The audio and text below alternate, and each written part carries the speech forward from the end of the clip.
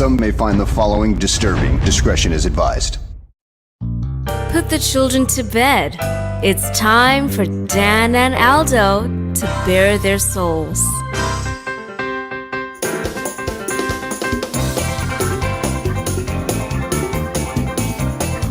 I love the Chicago Bears more than I do masturbating, and that is a lot. Then, with 3 seconds left, Bob Avellini throws a 30-something yard touchdown pass to Greg Latta, and the Bears win, and I literally shit my pants. I swear to God, I literally did.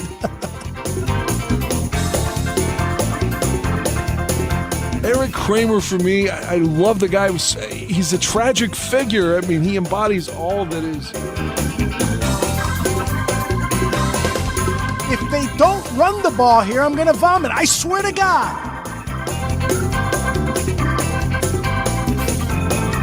Look, I don't mean any disrespect. He just didn't play that well. Not for a guy of his caliber. You know, they won, but I'm going to be miserable all week because they stunk. I don't really have any recollection of that at all, but I guess perhaps I blacked it all out. So, Dan, tape is the ultimate tool for scouts and for coaches to evaluate players, to detect plays and so forth. And they spend hours looking at tape, right? Why do they so often get shit wrong?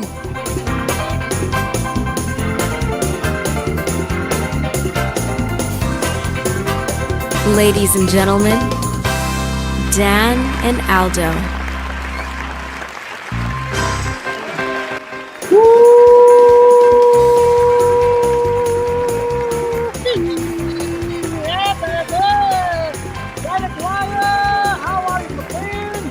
I am well. I'm glad to see you back, although I've never seen your middle name on the screen. When you put all three names together, you seem like a serial killer. Aldo Regandia is the one who shot Mitch McConnell. That's a joke. That's a joke. Oh, stop making me wish I was a serial killer. Hey, did you see Brett Favre was apparently ripping off welfare again in Mississippi? Yes, he was. I'm not surprised that YouTube censors are calling. Tooch is backstage. He'll be joining us in about 30, 40 minutes or maybe earlier, whatever he wants. And it's Dan Aguirre and myself. And then at the 9 o'clock Central Hour, 10 o'clock Eastern, it'll be the Bears girls. Heidi, Alma, and Nasle will be joining us. That should be Plural. Plural. That's Bears right. girls. That is right. It's not Bears, it's whatever. You're right. So that should be a hell of a lot of fun. And we return with the media sound bites that we had last year throughout the season. Actually started 2 seasons ago. Dan's idea, and he would cut them together. I cut some today, and it should be fun to listen to what the local media had to say about our Chicago Bears and what they are anticipating for that Packer game. But we have to start talking about this upset win for the Chicago Bears. Although, oh fuck, Dan, I'm so sorry. I forgot to pull that soundbite of you predicting a win. That's okay. I want to tell you one thing about the national media that I heard last night. Mm-hmm. So I was driving in my vehicle from radio to 911, and I had the Monday Night Football game on, Westwood One, in the vehicle while I was listening. It was Kurt Warner and the guy that's always at the Chiefs games. I can't think of his name. He was on Fox, and he's CBS now. Anyway, Kevin Harlan. So they were talking about the Seahawks winning, and Kurt Warner's like, I thought coming into tonight that Seattle was one of the worst 3 or 4 teams in the league, like with, the Bears, and they just rattled off Jaguars. So according to Kurt Warner, whom I love, go from grocery store clerk to Super Bowl MVP in like 2 years. That's so fucking fantastic. He's a great guy, but why is it a prevailing theory that the Bears are in the top 3 worst teams in the league? I know the first half was brutal, but we stuck with it. And that's what, if you're going to win games in a 17-game season, you're going to have to win ugly like that sometimes. Absolutely. And when you've got a new team with so many new faces, I mean, they had 13 of their 15 rookies suited up for play. They had a number. I didn't count. I should have counted how many new first-year players they had on this roster that are veterans. When you have a mishmash of people and you are able to coach them to play disciplined, winning football, then you've got something special going on here. And anyone that fails to see that can go fuck themselves, because that's what's happening here in Chicago. I'm not predicting that they're going to go to the playoffs. I don't know what's going to happen. I take it week to week. We can give our predictions for the Green Bay Packer game, but I know this. I am more proud of this football team than I have been of a Chicago Bears football team in a hell of a long time, and it starts with the coaching staff. Matt Eberflus and all of those assistant coaches have done a phenomenal job of getting all this ragtag, whatever adjectives you want to use to describe them, to get these guys to play in a way that they believe they can win, that they can create turnovers, that they can overcome adversity, that they can beat teams who are supposedly going to the Super Bowl. That's what Eberflus and his coaching staff have done. And if you are a Bears fan and not proud of them, then what the fuck is wrong with you? Are you wearing a Justin Fields shirt? Yeah. Do you like that? Yes, I do. It's about time for you to get the jersey, man. Come on. You got to get the jersey. I was actually thinking about that today. And instead of having Fields' name over the number 1, I was going to put, he's my quarterback. What do you think about that? Go with Fields.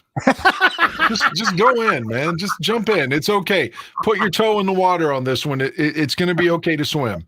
One of the things that I don't like is that number 1 in the Chicago Bears jerseys. It doesn't have that little prick coming up at the top and the base at the bottom. It's just a straight stripe. I don't like that in a uniform. Do you?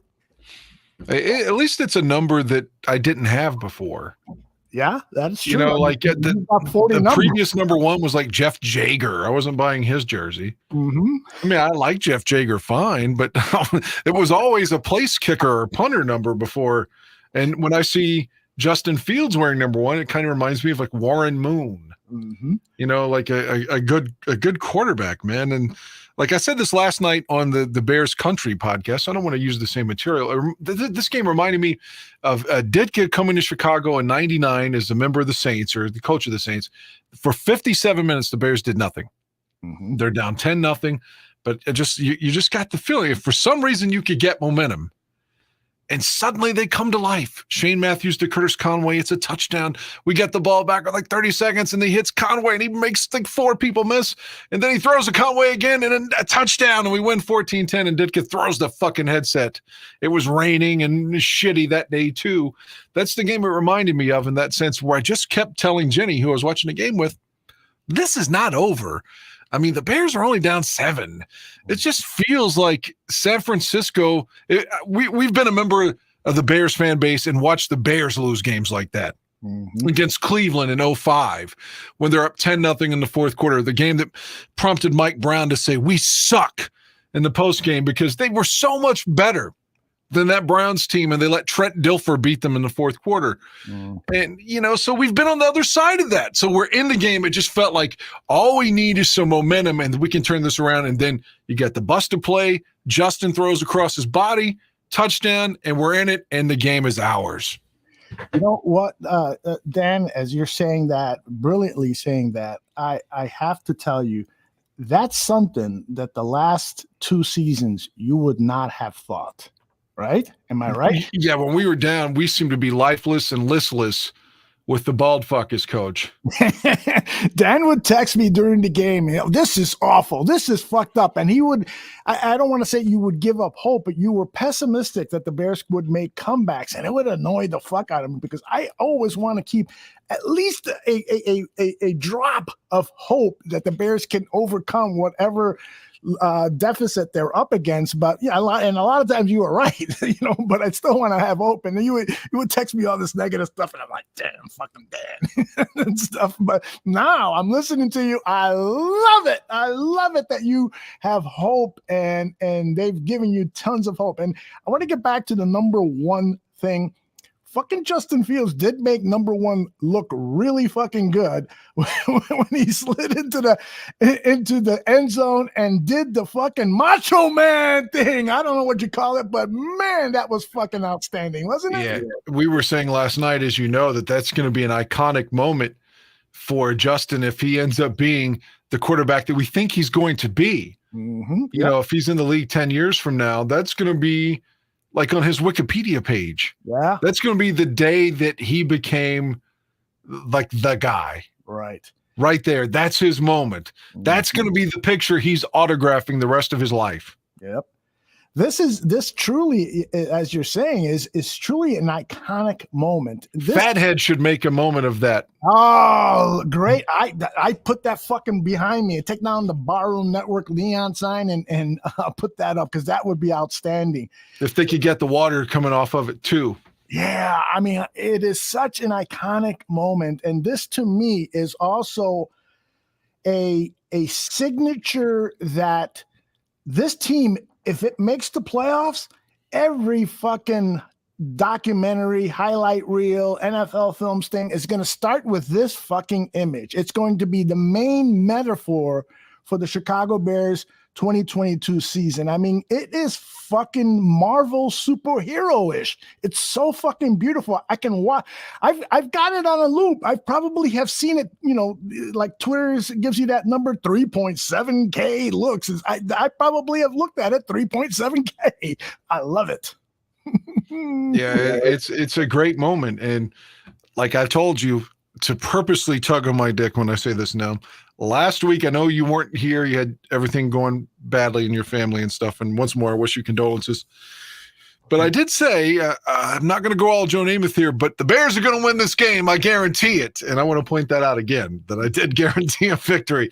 Whereas some people in the bar room were picking San Francisco to make themselves look smart, you know, but I just felt that the Bears were going to win. I really did. And I bet you that the media, I don't want to sound like the left-wing media or the liberal media. I'm just saying, but most of the ESPN types, they really want Green Bay to win this week. Oh, you think so? Why? Because they've said the Bears suck so badly that challenges the narrative if suddenly they're 2-0 and the Golden Boy is 0-2. Well, you know what they want all week long? They want to say, relax. Rodgers will be fine. He's got the Bears coming in. He owns them. So they want him to blow us out. Well, I do think that if the media is smart, they will embrace the narrative that this team that has been shit on by themselves and the national media, the rest of the national media, is overcome, has slayed the giant, has slayed Goliath. And that Aaron Rodgers, who is not loved by the national media, they love him because he offers up good news stories with his ayahuasca bullshit, with him fucking calling out his teammates on the sideline and throwing around his video pad and doing all sorts of this crazy shit and dating women who he's really not fucking. You know, they love that narrative, but the narrative can continue. And if the fuck me. Oh, you are in trouble, man. The cops are out to get you. I mean, let me go figure out what station's off air, but I'll be right back. I think maybe Rodgers is trying to take those hallucinogenics to like convince himself that he doesn't like dick. I'll be right back. Oh, that is Dan McGuire. When Dan is at his job, and when a station goes off the air of the network that he's responsible for, that signal comes on. He's really not being chased by the police. I would be willing to suck Aaron Rodgers' dick. The Tooch to the rescue with a great drop from yesteryear. I love it. So Dan is off making the necessary adjustments with the video patch and the video meters and all that stuff. All right, quick fix. I'm back. You are awesome, Dan. And John Tooch with the perfect drop. The I would suck Aaron Rodgers' dick drop. That was my debut on the bar room, like 4 years ago? That was awesome. Yeah. Great job, Tooch.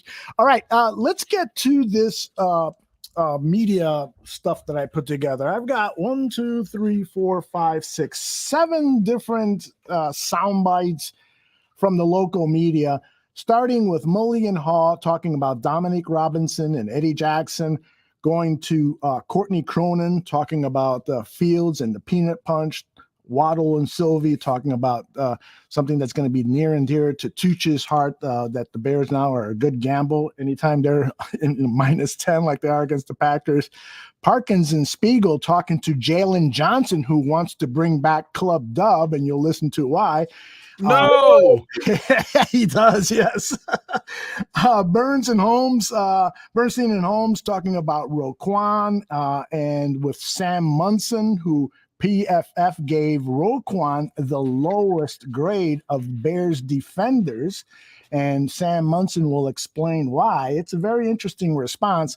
And then a couple more from Mulligan Hall, Biggs talking about preparation for the Green Bay Packers. And Dave Wannstedt, one of our favorites, talking about Green Bay and how he was disappointed in the performance by the Packers, talking like a true head coach, but not necessarily a former head coach. So we'll play that now. It's about... Well, before you start, let me ask you a question. Absolutely. Because I saw a comment on the screen that asked if we had watched Bill Maher's podcast with Aaron Rodgers. I didn't. I've watched Real Time, but I did not. I've never watched his independent podcast. I know you have. I was going to say, did Rodgers say something that was newsworthy that I don't know of? Yeah, I have not seen that episode. How long ago was that? Let us know, and we'll talk about that on the other end. I've only seen a couple. I saw the one with him, Bill Maher, and Quentin Tarantino, and I swear to God, I was starting to get high watching that because they were smoking so much fucking dope. I was starting to, and they're talking over each other and stuff. It was kind of a mess, but it was also a fascinating mess. And I forgot the other one that I saw. It wasn't that good that I've made it required watching. But I probably should watch that podcast more than his Friday night show because it's really starting to get annoying with his libertarian. I thought last week he had a really good show. It was the best he had in a long time. Yeah, last week's show was better than some of the other ones that I've seen. So with that, let's go to our media highlights, inspired by Dan Aguirre and produced this time by me. Two things happened today that I think are worth getting most excited about if you're a Bears fan, and defensively especially. Number one, Dominique Robinson. Where did he come from? My goodness, fifth Miami of round Ohio, the MAC. I know. Hey, and nobody has more MAC pride than me. And today with Flusy on the sidelines, a former Toledo linebacker, and Dominique Robinson making the second half, I'm like, yeah, MACtion, hashtag. So him playing as big of a role as he seemed to play in this defense was big. And the other thing, let's face it, this is a different defense when Eddie Jackson gets an interception, and it has been far too long before he was a factor in a positive way. And he had that pick today, and it was a big one at a big time, and it was his first one since December 29th, 2019, a long time ago, but it's more about the future than it is the past for Eddie Jackson. So here's the cool thing about that play. Eddie Jackson, Jalen Johnson, Shaquan Brisker all said that 5 seconds before the snap came, they knew it was going to be an interception because they had studied the 49ers tendencies. They saw the bunch formation they were in with Deebo Samuel and Juwan Jennings spread out just beyond the left hash marks. And they knew that they were in the perfect call sent in by Alan Williams for that formation and that play. And Jalen Johnson said, look, I just had to make sure that I used my leverage to basically funnel Jennings back towards the middle of the field. I knew Eddie was going to be breaking on the pass. Eddie knew what to key on, and he makes the interception for the first time since 2019, as you mentioned. And he makes the interception and returns it 26 yards, right? He shows us some of that return ability. He was disappointed he didn't take it all the way back to the house like we've seen him do in the past. But now all of a sudden you set your offense up, which was struggling all day, with a short field, and they go 21 yards for a touchdown. And in Dominique Robinson's words, it was game over at that point.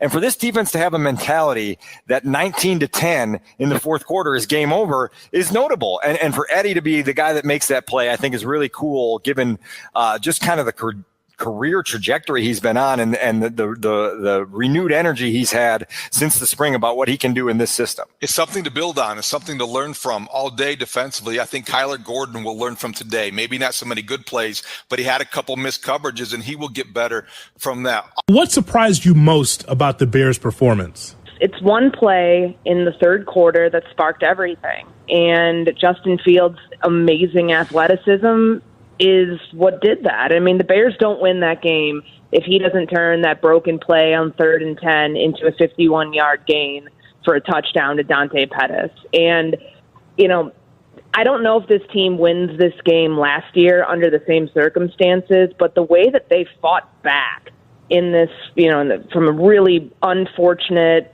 set of circumstances between the weather in the first half and the fact that they couldn't get anything going offensively, and they still found a way to, you know, keep their foot on the gas. That was important because I was wondering, like, how long was it going to take before something like this happened? How long, you know, would they be able to, you know, kind of keep their, you know, focus on trying to make something happen, that eventually something was going to break for them? And, you know, it showed that all that they've been building this offseason, at least for now, like, they were able to fall back on the hits principle, on the fact that, you know, if they were going to play smart, disciplined football, they were only penalized 3 times. And, you know, one of those came on the Trenton Gill trying to sop up water on the field penalty.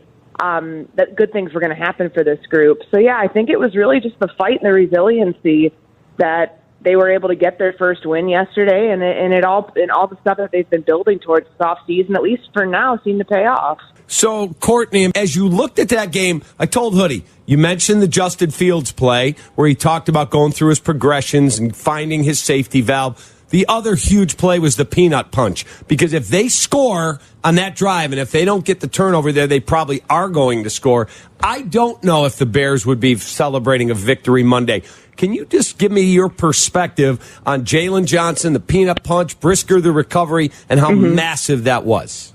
Yeah, that was huge. And, I mean, Deebo Samuel led all receivers in fumbles lost last year. So I think the Bears knew that was a vulnerable spot, that they could take advantage of that. And, you know, I think it shows you, like, what the consistent thing was yesterday was how they played defensively from start to finish. You know, they may not have had the best field position or being able to, like, capitalize off that field position early on, but they did their job, and eventually that paid off. The second turnover that they had, the Eddie Jackson interception, the offense did its job in taking that gift that they were given of field position at the 21-yard line and turned that into a touchdown 5 plays later. You know, everything on this team is shifted around the offense, and that's how it has to be when you have a quarterback that you believe in, that you want to start to build around. But the emphasis is still going to be on defense for this team, because their head coach is a defensive head coach, and the style that they're trying to play is exactly what you saw yesterday, that even when the offense can't capitalize on things, you're still doing your job on the defensive side of the ball. So that first play, when they're down in, you know, near the low red zone, and Jalen Johnson forces a fumble, Jaquan Brisker recovers it, even though they weren't able to do anything on the offensive end with that, you know, the defense still coming through with those sorts of plays and forcing takeaways. I mean, it's the third thing of their 4 principles that they stand on with the hits principle. That's important. So I think that Matt Eberflus, you know, he talked about it yesterday, just how much of a momentum boost a play like that gives, even if your offense can't capitalize on it on the other end. That's huge. When you look at what the Bears have been through preseason and through one game, small sample size, it's a team that doesn't look prone to beat itself. You're not going to get a ton of penalties. They're going to take care of the ball. There's a huge renewed effort to take the ball away. So your thought is as well, this team may not stack up with a couple of the others. They're not going to beat themselves, which to me, from a gambling perspective, 10 points, I'll take the Bears in 10 points, because they're not going to do what the 49ers did, or they haven't shown the tendency to do that. The 49ers allowed all 3 scoring drives to continue based on their own mistakes. How confident are you that the small sample size that you talk about, 3 preseason games, which isn't a lot of starting time, and 1 game, now albeit in a It's a rainstorm. It was more than just a rainstorm. Yeah. It was terrible conditions, and they still stayed. Like, how confident are you that this is what we're going to continue to see from an Eberflus coach team? Not 100%, but the trend is my friend here. And what I'm thinking is that this team is. But you're looking for any trend as a gambler, aren't you? I'm just not even from a gambler's perspective, from a Bears fan's confidence level. Like, how percent confident are you that this is who the Bears are going to be under Matt Eberflus? This is what I'm confident is guys are going to keep playing regardless of the situation because you're young, and in some instances you don't know any better. And I think Abdallah, we talked about that with him when we were talking to him last night. Like, you're down 7-0. You basically had a Matt Nagy Bears offensive performance on steroids in the first half. Like, take everything that Matt Nagy's offense did that pissed you off and multiply it by 2. And that's what that offense looked like in the first half against the 49ers. And what happened in the second half? Well, the coaches made a few adjustments. They got Justin outside the pocket. Justin showed great leadership and his athletic flair. And they made some plays, and they never got down on themselves. And they continued to be disciplined, and they kept flying to the football, and they hung around. And at the end of the day, they found a way to win. So to answer your question, what I'm confident in is that this team is young. They don't know any better. They're going to continue to fly around. They believe in what they're being told right now. They're going to keep relentless effort is going to come your way. They're disciplined, whether it's 85 degrees out or it's a monsoon out there. For some reason, this group is dialed in and they don't make a lot of mistakes. Maybe part of that is the decision by the coaching staff to actually have these guys play quite a bit in the preseason, especially in the third game. So you iron some of that crap out. So at the end of the day, where they may lack in certain areas, their dedication to discipline, following the coach's game plan, I think makes them less likely to beat themselves or get boat raced because they're very infrequently, at least so far, have they made that catastrophic, stupid mistake. That may all change Sunday night up in Green Bay. Right. I get it. We've seen weird stuff happen up there. I get it. I totally get it. Was it as fun as it looked? It had its ups and downs for sure. I mean, really, the weather didn't. At first, it wasn't too fun until I felt like the rain started coming down towards the end when they needed to get a few drives going, and then once the rain started coming down, then that's when it got fun, knowing that the rain was impacting them and knowing that the game was getting closer to a definite win. But I mean, definitely warming up in it and having to accept the fact that I was going through soaked shoes and socks and just all of that was definitely an adjustment. But I mean, at the end of the day, it all felt better with the win. We couldn't see everybody on TV. Did you get in on the post? Very good feel. You realize? Yeah, really watching the video. I mean, they got videos. You were there. I don't think I would have been caught on. Reasonable. Being able to experience that with this new regime, with this new team, new staff. So paint the picture. We see the celebration on the field with the slip and slide. What's that post-game locker room like? I mean, definitely a lot of juice, a lot of energy. Just really being able to experience that with this new regime, with this new team, new staff. I mean, it's definitely our first. I mean, the preseason, we won all of those games, but to really have something that really counts, something we've been looking forward to. I mean, we all know that what that San Francisco organization is all about. They won a lot of games. They were in the NFC Championship last year. So just to start off with a big-time win like that definitely feels good for everything that we're trying to build moving forward.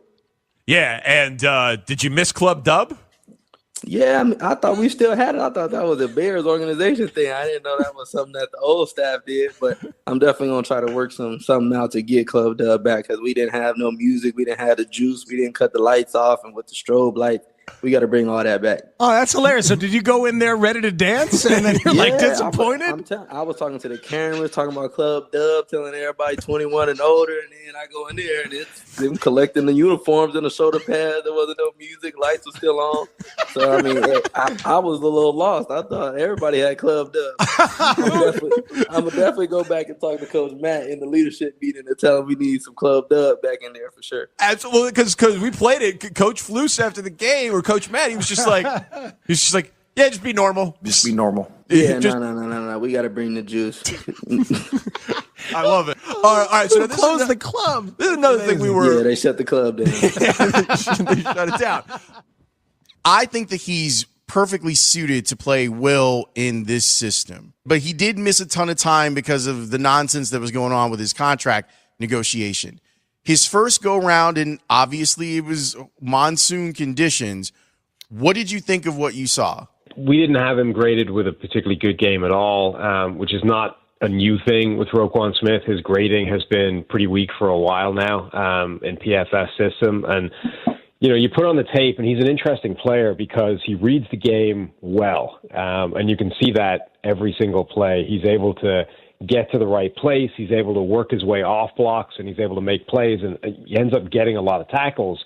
But a lot of the time, it's only after kind of sacrificing the yardage on the play. He's driven backwards by blocks. He takes a while to shed them, and the running back ends up making a positive play for the offense before Roquan Smith has had a chance to make a play. He's also, when you look at tracking data and things like that, he moves more than most linebackers in the NFL when it comes to false steps, play action, that kind of thing. The teams are able to get him out of position before he has a chance to recover and then kind of work his way back into the play, which he generally does.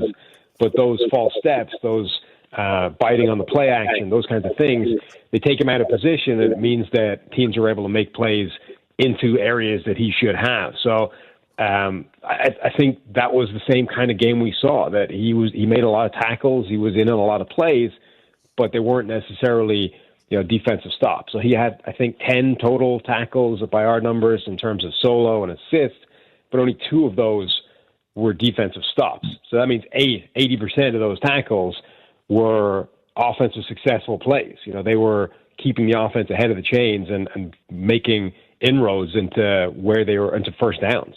Brad, Matt Eberflus met the media yesterday at Hallis Hall, 2:45. He was right on time. Wondered what you thought about the fact that he was not really playing along and he did not want to pander. He said the Packers game sounded like any other game, any other week. Did not want to get caught up in closing the gap between the Bears and the Packers and the organizations, and really said all he's focused on is controlling the controllables. And it didn't sound like he was going to be swept away either by the victory or the chance to win a game, his first game in this rivalry. One of the messages that he has been putting out there, and he did again yesterday, and he's done so before, is, their entire focus is on us. Okay. And I get that to a degree. I mean, there's a big element of coach speak to that, but when you've got such a young roster and you just literally want these guys to try to get better week to week to week as you go, then maybe you just kind of dial in on that. And I'm glad that he's not getting swept up in the Packers being a bigger game than any other game, because while that may make a certain segment of the fan base thrilled to hear that the Packer game is more important to the coach, the reality is there's so few games. They're pretty much all equal. Division games counting a little bit more, but the Packers not more so than the Lions or the Vikings, and that's how most of the players look at it. When you hear a player say, "Oh yeah, the Packer game means more to me," generally I'm giving an eye roll to that, because I think they're just they're trying to say what they think people want to hear out there. So I didn't have an issue with what he said, and I think it's consistent with the message that he's been giving to his players as well. That's the biggest takeaway in my mind. There is the adage that you go after an experienced quarterback and you defend a guy like Rodgers, right? You don't want to try to go after him. But what if his tackles are compromised? What if you feel there's an advantage with his his offensive front, and you want to talk about lack of weapons? He threw a touchdown pass to a receiver, and he didn't even manage to get that going. The guy drops the ball. Do you pressure him in that circumstance? And he got sacked 4 times, and it looked like his neck was hurt. He got hit around a lot. He got hit a lot. I think the problem is, he doesn't play in the preseason, right? Yeah. Doesn't do anything there. And all of a sudden, just picture this, that now guys are getting dressed, and here's these rookie receivers they may have not have caught a ball. And they look across the locker room, and Aaron Rodgers is putting his pads on, right? I mean, he's putting his eye black on. And these guys, they're all in the stalls in the bathroom. I mean, they're I mean, and then they go out there, and that was on national TV in the prime game and on and on and on, division game. So it was disappointing because, like he said afterwards, hey, we're all professionals. We're all paid money. If the ball hits your hands, you got to catch the football. So that was disappointing, their execution. But to me, the Packers, and I said this 3 weeks ago, someone asked me, I said, the Packers are going to have to win, even if Alan Lazard was back. And let's not, I'm not defending anybody from Green Bay. You guys know that. Or Aaron Rodgers. But his top three receivers were not on the field, right? Yes. Two of them leave, and Lazard is hurt. So showed. He's starting from scratch, and it showed. But with that in mind, he criticized those guys. I mean, he didn't play at all, and he complained on the them. sidelines. He was very obviously and outwardly disgusted by what was going on. Well, you know what?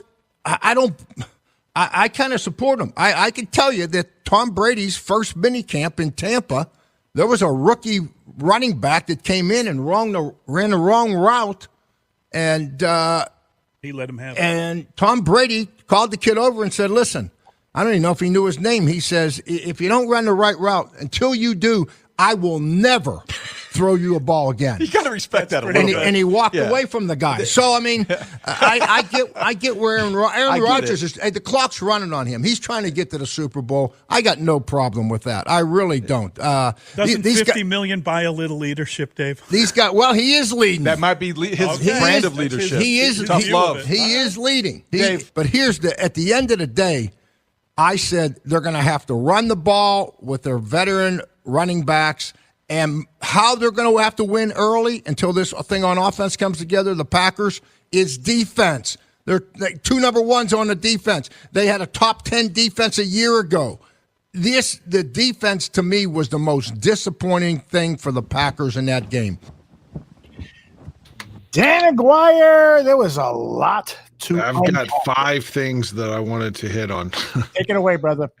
First off, with what Wani was just saying, and I love Dave Wannstedt as an analyst, and I was a fan of him as a Bear, as the Bears coach, and coming after Ditka, that probably was harder for him to achieve with me because I love Ditka so much. But yet, before Wani's rookie year was over 93, I thought, you know what, I like this guy.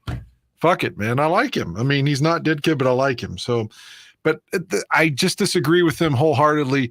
I don't understand why there's this mass obsession of defending Aaron Rodgers. And I'm not just saying that because he's a Packer, but everybody in the media. Could you imagine for 1 second if that had been Jay Cutler? Everyone would have jumped on him and said, see, he's an asshole. See, I told you he has no leadership skills. He calls his receivers out. He smokes cigarettes, all this bullshit. They had one guy they didn't like, and there's one guy that they want to blow constantly. And Rodgers acts every bit of just petulant as Cutler could have ever acted. He's worse than Jay. Anytime something's not going right, he's always on the sidelines bitching and calling people out. He's not the guy that's in there cool when you're down 10 saying relax like he is on his podcast. He's a fair weather fucker is what he is.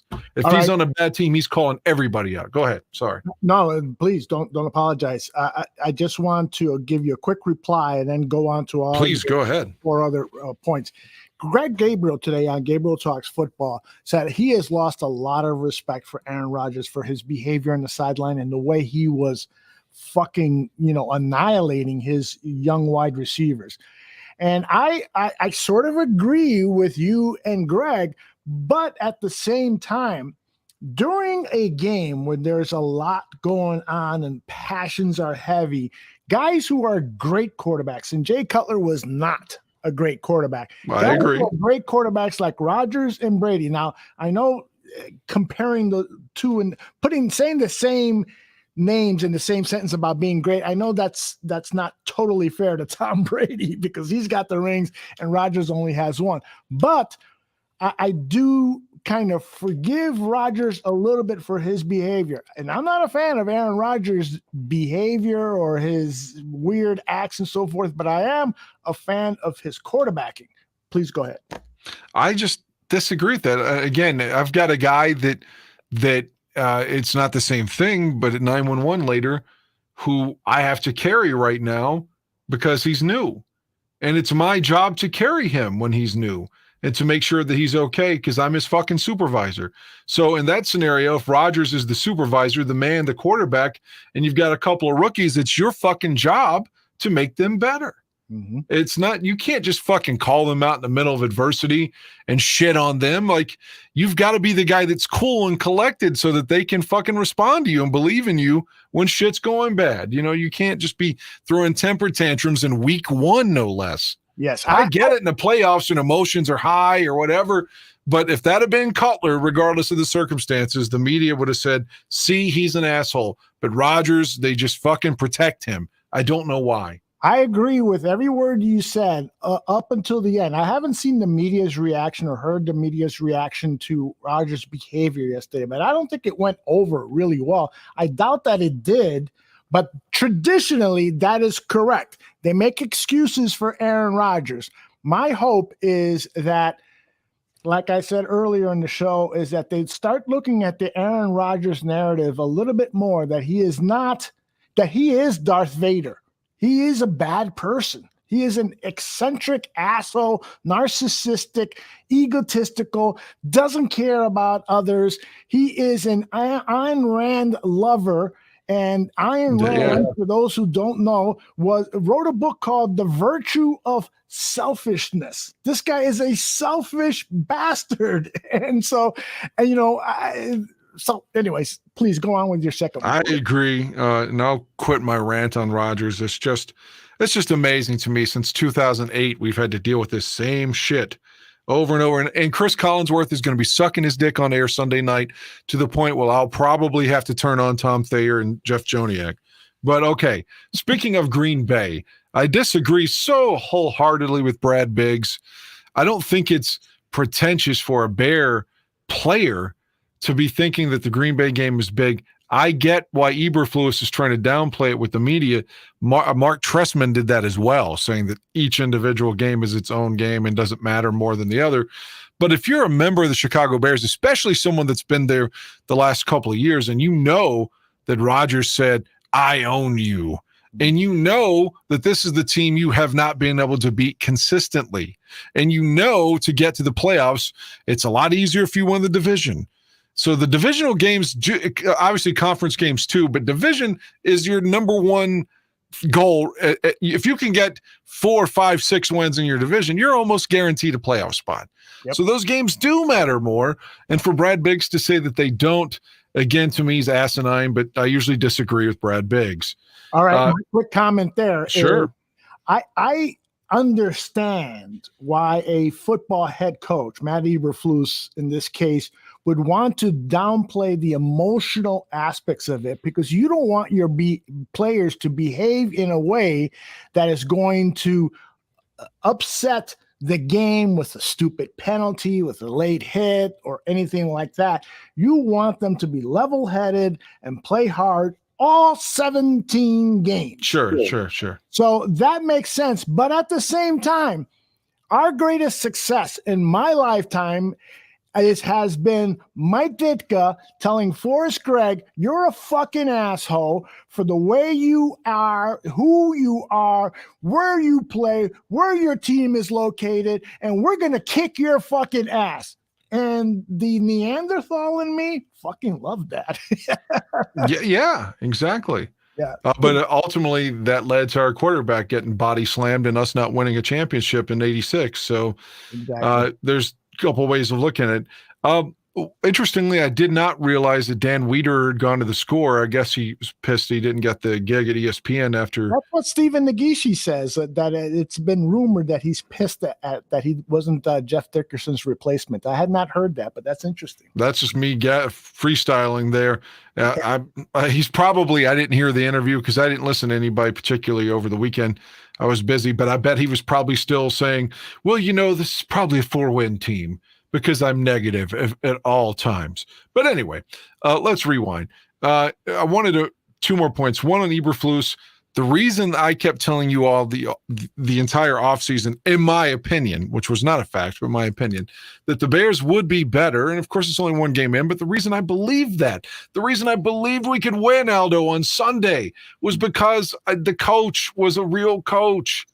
I mean, like we've all intimated, there's no way that Matt Nagy comes back from that deficit in the rain, down 10. He can't make adjustments. You know, the fact that they could win that game is exactly why I thought they'd be better, because you've got better players, you've got a schedule to a certain degree, it's not as hard, and you've got real coaches. And that showed itself immediately in week one, because can you tell me one game where Matt Nagy made some adjustments? And the only one that comes to head is my head that I always reference is that San Diego, or maybe they were LA Chargers already, when they came into Chicago, the second half, they start running the I formation and are running the ball down the Chargers' throat. And then they stop it. And he says, I didn't come here to run the I formation. So even when he made adjustments, he still stubbornly went back to his bullshit offense. It's just his arrogance. So I'm so done with Nagy, but the point is here is to praise Eberflus. And that's the reason I felt that the Bears could be good this year. And the last point I wanted to make. Oh, before you go there. Sure. For your last point, I agree with everything you said. And I want to add that Kyle Shanahan for the San Francisco 49ers is a glorified Matt Nagy. This guy doesn't give a fuck what the hell is going on with the rest of the team. He just wants to call plays. He should go back to being an offensive coordinator, because his record as a head coach, Matt Nagy, I think, has a better record. So this whole fucking national media sucking Kyle Shanahan's dick, that's not for me, man. I don't see where this guy, because that team has had a lot of talent. Lynch, you can criticize him for whatever, and he deserves some criticism, but he's loaded that team with a lot of talent that in some cases a better head coach, a better manager of people like a Matt Eberflus would have gotten more out of a Solomon Thomas, would have gotten more out of other players that failed in that system. And the whole fact that Kyle Shanahan was fucking banging the desk for Trey Lance to be the quarterback and choosing Lance over Justin Fields is another dagger in the Kyle Shanahan myth. That has to stop. And the Bears, I think, made a big fucking statement on Sunday regarding Kyle Shanahan's reputation. Please, your final point. My final point was with Roquan. And again, this is just an opinion. It is not a fact, and it's off of one game. But a couple of weeks ago, when we were heavy into the hold-in conversation, I was like, I don't know. I don't think Roquan is a top 3 linebacker. I didn't really offer any reason why other than my eye test. But everything the PFF guy was saying, I was kind of like, yeah, I like Roquan, but I didn't think he was top 3 or even top 5. He's good. I felt that Roquan and Allen Robinson were both two guys that the Bears fans wanted to be great and put over as being great, even though they were good. And A-Rob, what was it, one pass that was thrown to him last week? Mm-hmm. I mean, I said it. I predicted. I thought he'd have a shit season in L.A., and I had my head bitten off on that particular show by the Jordan guy. So I think that I want Roquan to play well. I want him to justify getting a contract extension. I want him to retire as a Bear. But, man, I don't think he is as good as we thought he was, I swear. I agree with you, and there were a couple of people in the chat room who said the same thing. CJ, for one, said, there's Sam Monson is making a lot of good points. And I remember back in the 100 Proof days, Shane Marsaw, and I think I've mentioned this once or twice before, Shane Marsaw asked me, would you make a trade for now called Shaquille Leonard and Quentin Nelson for James Daniels and Roquan Smith? I said, fucking A, I would. And he said, you're fucking crazy. Well, I think now, 4 years later, I've been proven correct. That's a deal you make, because Leonard is a ball hawk. Leonard forces fumbles. Leonard gets interceptions. Leonard is a force as a weak side linebacker who deserves every penny that he's got. Roquan has exceptional skills, no doubt about it. But does he make the big plays that Leonard does? No. And of course, we know that Nelson is headed toward the Hall of Fame, and James Daniels is headed for second string with his new team, the Pittsburgh Steelers. So great stuff. And I want to add a couple of more thoughts regarding the media mashup that we just presented is, by the way, Courtney Cronin, outstanding analysis. Applause for her. I expect that next year she'll be working national ESPN or maybe for some other network. But I agree totally with her.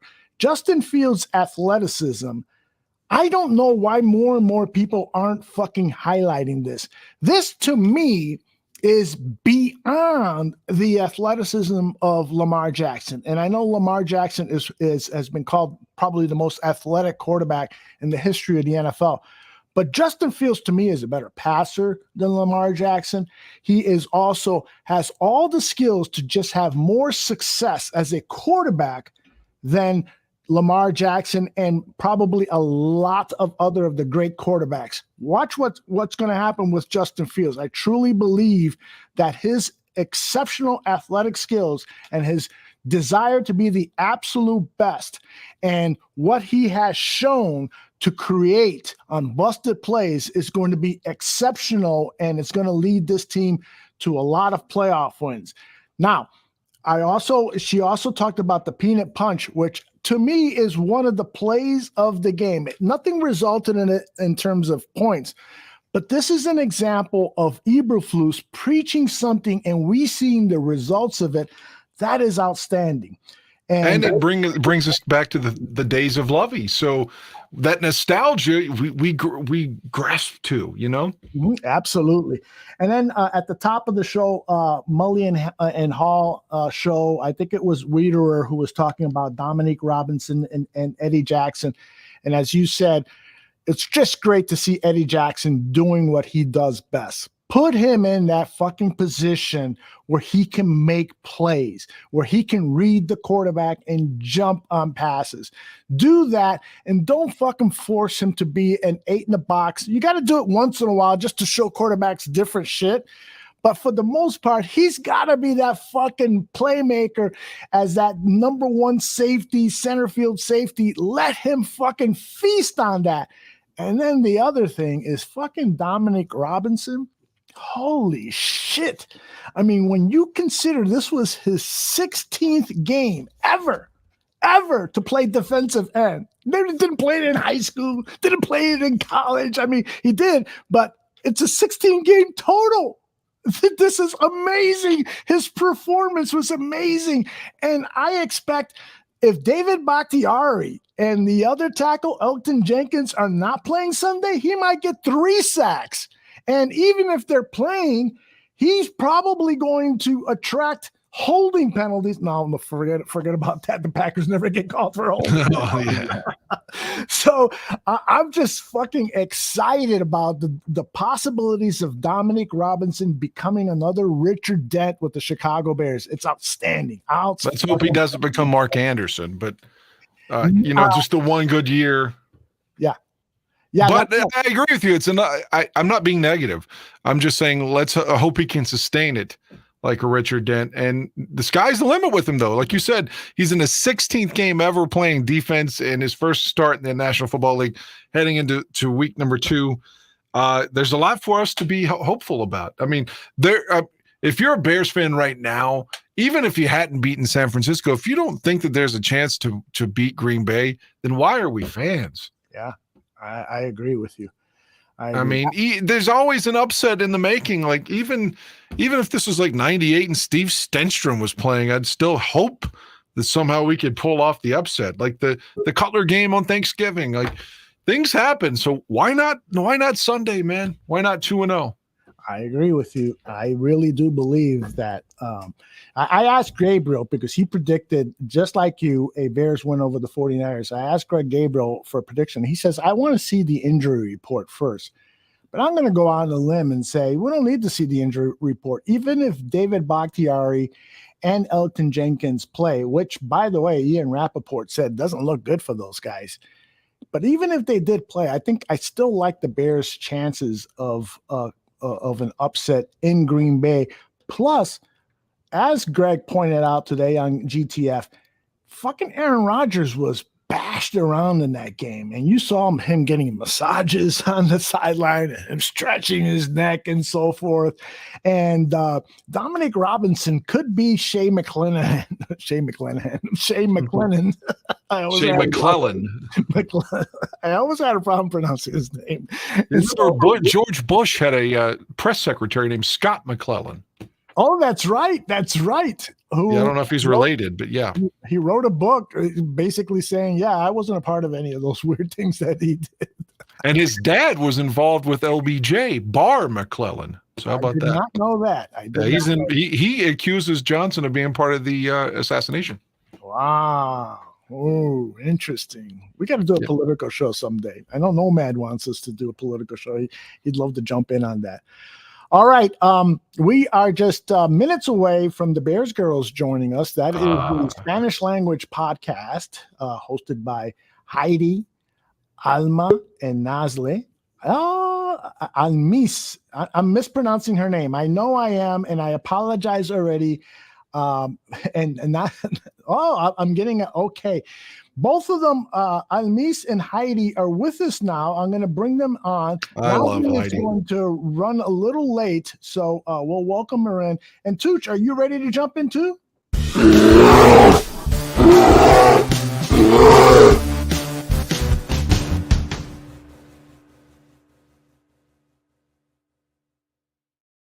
Love it. I love it. You got to unmute, though. It's part of the business. Heck is going on with this microphone? Here we are. Aldo, Victory Tuesday. Victory Tuesday. You announced it. Yep. And, I was, you and I talked before the show, and I had a little bit of Education Sunday in the Tooch household. This is how we start Bears fandom. Dad, I'm so happy the Bears won. Me too, sweetheart. And the Packers lost. That was clever. That was clever. Here's the question for you guys, though, for real. Would you rather, as a Bears fan, if you thought what would lead to a Bears victory Sunday, would you rather Green Bay be 0-1 or 1-0? Give me 0-1. 0-1, yes. Definitely. But isn't it more likely for them to be 1-1 than 0-2? I was almost rooting for them to beat Minnesota because I thought it would help us, our chances of beating them. But fuck it. All right, we got what we want. I want to be 0-2. But anyway, tell us the state of affairs here. Right on. Week 1 victory. This wasn't a game that Matt Nagy could have came back from, right? No Absolutely. way. Halftime adjustments. Love it. I'm so happy to have halftime adjustments, man, because we're going into halftime, and John Buffone and Tyler Ellis were a little bit down, and Barflies were like, "Come on, Buffone, pick it up. Come on, Gaines, pick it up." And here we are. We come out. Man, it was a great second half, but you can't overreact too much because the weather was a huge factor. Like, Cole Kmet didn't get any catches. Darnell Moon, nobody could do anything in there. I mean, you bring out a towel, you get a penalty, right? Mm-hmm. And then instead of Club Dub, we got Club Hydroplane. I love it. Right? Man. When's the last time the Bears opened the second half with 3 straight touchdowns? 3 straight touchdowns, Danny. For years, Nagy's teams couldn't score in the third quarter, remember? That is right. Yep. That is right. Got pressure from our front four, man. If we can get pressure from our front four, allow that back 7, to cover, especially on third down. Be getting off the field a lot more on third down, man. Dominique Robinson, a lot of rookies did some great things. I love the shirt pull down of Lance. Some strong hands there, man. Eddie Jackson's first interception since 2019. I couldn't believe it. I said 3 years this guy went out. We've been trying to fire him for 3 years, Aldo. That's right. You know, he got trucked in the end zone though by Deebo Samuel knocked him down. Man, we had Towelgate with Trenton Gill. Someone needs to tell Trenton to read the rule book. Santos took the blame for that though. Did he? Yeah. Cairo said, "I'm the veteran. I should have known better. I didn't know better. It's not his fault." No, but the coaches, the special teams coach should have taken the blame on that. We'll see what he says on Thursday. It's like, rookie, get that towel and bring it out here. Right. Lack of penalties from the preseason continued into the regular season. I love it. This is what Dan was talking about with the new coaches and everything. We have real coaches. Nice. I've been saying that Nagy was a fake coach since 2019, Danny. You did. You called it out. The same time as Eddie Jackson stopped intercepting the ball was when we realized Nagy was a fraud. Things have been bad since 2019. Now they're looking up, man. Got the Packers week next week. The Packers again. They lost last year. Same thing. They got blown out by the Saints. Then they rattled off 7 straight victories. So let's hope that they're rattling off 6 straight after next week. That's all I got to say. 30 years of this shit, man. 30 fucking years since 1992, where the Bears sparingly beat them and then they kick our ass. I mean, if not now, when? This is when things have to turn, and this has to be the start of that Sunday night. Yep, I agree. 6 straight victories against us. Let's go. Let's break that streak right now. They're not getting 7. Yep. All right. My mom taught me before she passed a long, long time ago is never keep a woman or women waiting. And so because of that, I want to hurry up and bring in Heidi. How are you, Heidi? Hola! So happy to be here. Hello, Judge. Hi, Heidi. Thank you, Aldo. I am a bit disappointed because I can't see Dan. I don't see him. I know I don't have a camera here at work, Heidi, but I still love you, though. I love you too, but I have to see you, Dan. Thank you. You still sound like Penelope Cruz to me. So I do. Okay, perfect. I love your accent. I love it. Well, wait until you listen to my friends. It's going to be a tough competition. All right. All right. Well, Heidi, I want you to introduce your friend who's coming on because I know Nasle is running a little late, so she'll join us in about 15 minutes or so, or maybe earlier. But why don't you introduce your other co-host on your show, on your podcast, Bears Girls? Oh, yes. I would gladly do so. Okay. Her name is Almis or Alma. She goes by the name of Almis. She lives in California, but she's right now in Chicago. And she's my co-host along with Nasle. We're a trio of girls. Sorry. My girls. They are my girls. I could be their mom. But we're very good friends, and we're having so much fun with this new project. I hope everybody likes the project, and I am very thankful that you invited us here. So here's my friend Almis, Alma, whatever your name is, you're beautiful, and I can't wait to talk football with you. How are you? Hi, thank you. You can call me Almis, it's fine. Okay. Well, yes, thank you for that amazing introduction to my friend Heidi. I adore her. And well, like Heidi told you, I currently live in California, in Sacramento. But now I'm here in Chicago for a couple of days. I'm leaving on Sunday, but we were so happy and so glad since you told Heidi that you were inviting us to your podcast. We were so excited with this new project. We adore the Bears. We adore the NFL, all the football, and we are very glad to be in a lot of places trying to be ourselves, like we are just like us. Well, I have to ask you, and guys, jump in whenever you want. But I've got tons of questions, so please jump in whenever you want. Could I ask Heidi something? Of course. Heidi, and I don't know the answer to this. Obviously, you and I talked a lot over the last couple of years, friends and such online, and about the Bears, but I didn't know your podcast was in the works, and maybe it means I'm a shitty friend, and I apologize. So, can you tell me how this all came about? Like, what inspired you to do your own show, and how did it come together? First of all, I think I am the shitty one because I should have told you before, but it hasn't been very long. This is we just recorded our 5th episode, and it started with, well, actually, Almis was the one that started it. She had this idea, and because Nasle, Almis, and myself, we became very good friends in our Bears chat.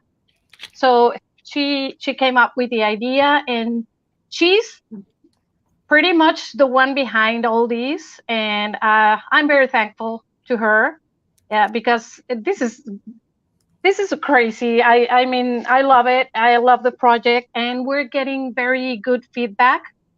So and it's mostly in Spanish, but we already had an interview with Joelle, Larry Borum's mom, and it went very well.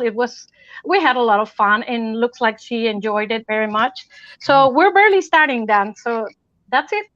Well, I hope it goes well. And have you recovered from Akeem Hicks leaving? Yes. To be honest, yes, I have. He was your guy, man. Yeah, but mostly because he was a bear. So he's not a bear anymore, so what can I do? So fuck him. Yeah, well, maybe, don't know. I'm not gonna answer that in any way. I mean, how is it that you became a Chicago Bears fan? Well, it was since the first time I came to Chicago in 2010. I fell in love with the city. It was the first city that I visited in the U.S. after many years. I have family living here, so we came to visit them. And I loved the city. So I started trying to know more about like my brother is a Dallas Cowboys fan since forever. So that was the only team that I knew about the NFL because of him. So in 2010, when I came here to Chicago, I started doing a research about the teams that played here in the city. So then I found that the Chicago Bears were on the NFL. So I started following them, and that's it pretty much since 2010, 2011 maybe. I see. And do you have a favorite Bear? Like Heidi had Akeem Hicks. I got to ask Heidi who her favorite Bear is now, but do you have a favorite Bear? Yes, but it's pretty much because I love him so much. Cole Kemet, I don't know how to spell it. Cole Kemet, yeah. Yeah, but he's too young for me, so I just love him. I would never say that he's too young for you because guys like Cole Kemet, I'm too old to say this, but guys like Cole Kemet love older women. So, have you ever met Zach Wilson? But I'm 35 years old, and he is 23 or something like that. So he is my cousin's age, maybe. So we could be more like friends. No, don't stop there. By the way, we've got about 50 guys in the chat room right now who are begging for your phone number. And they want to see you before you go back to Mexico or California.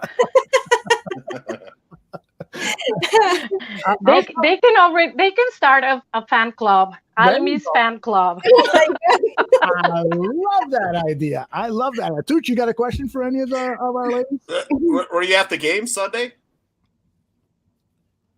Almis? Yes, I went to the game on Sunday. nice. It was amazing. Like, it was my first time that I could make it to the Soldier Field, because all the times that I came before to Chicago, it was pretty much like in November, and like for Thanksgiving, and the Bears didn't play here. So I was always very upset with myself. So the first game that I saw of the Chicago Bears was in 2014 against the San Francisco, actually, in the Levi's Stadium, and the Bears won. And so it was my first time here in Chicago, like watching a game in the Soldier Field. So it was like a dream for me being there. Like, just like being inside the stadium for me was just like the best experience. Like, I've been in other NFL games, but this has been like I think that the top of my list. So like, even though it was raining, like it was so cold, I ended up like, drowned. Like, oh my God, it was insane. But at the same time, I was so excited to be in there. Like, I didn't thought about like getting wet. I was just like enjoying the time, the moment, and having so much fun with a lot of fans and yelling, and all the things that you can enjoy being in a game.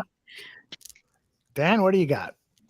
Wow, I mean, what a first game. And my first time at Soldier Field wasn't as dramatic as hers in terms of the weather, but I understand that feeling of everyone else shits on the stadium, but it feels like, holy to me as a Bears fan. So I definitely, the way Almis felt being in the stadium, I hope I'm pronouncing her name correctly. I'm just a white fuck, so I'm trying. No worries, it's fine. Gringo, but Gringo was his name. But no, you're beautiful, and I'm glad you got to experience that first win there. And I wish I were there. Our guy, the other Dan, Shorty, was there. Yeah, our one of our other podcast hosts, Mr. Shorty, he was there as well. He was in the end zone right where Equanimous St. Brown caught the touchdown and threw the ball. He was around that area. Where were you seated, Almis? I was on section 440 at the top. Yeah, getting wet up there, huh? Yeah, very wet. Like very wet. I cannot even explain. Like, I came home and I took a bath because I was just like, everything was wet in me. But getting hot in here, Aldo.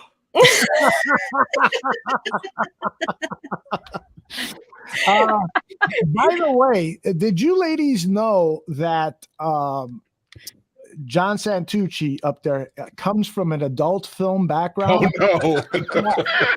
This is the Are we up? Brought to you by Manscaped. And just like Deshaun Watson, he wants a finger in his ass.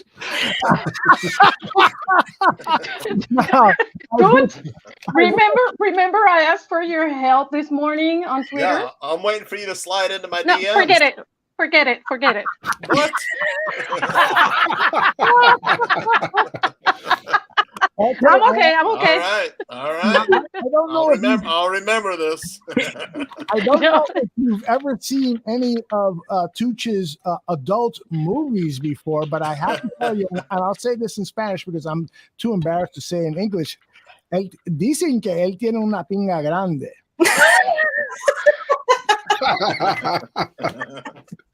Well, that's better than the alternative. That's very true. Absolutely. Okay, Judge, again, about that help I need. No. It's about fantasy football, so I'll ask you later. All right. I'm on the next plane to Acapulco. This is one of the movies that he started. In fact, I think this was his very first movie. He was a lot younger and lighter in terms of weight. But, the movie is called Cruising with Tooch. So you can find that at any of your adult video stores. That's the first video that Aaron Rodgers beat off to. I'm taking notes here. Don't want to miss anything. Heidi, there is a rumor that Aaron Rodgers likes to be with men in an intimate way. Do you believe that rumor? Yes. Of course I do. Not that there's anything wrong with that. Let's just make that clear. No, nothing. Nothing. Almis, do you want to share your opinion on Aaron Rodgers' sex life?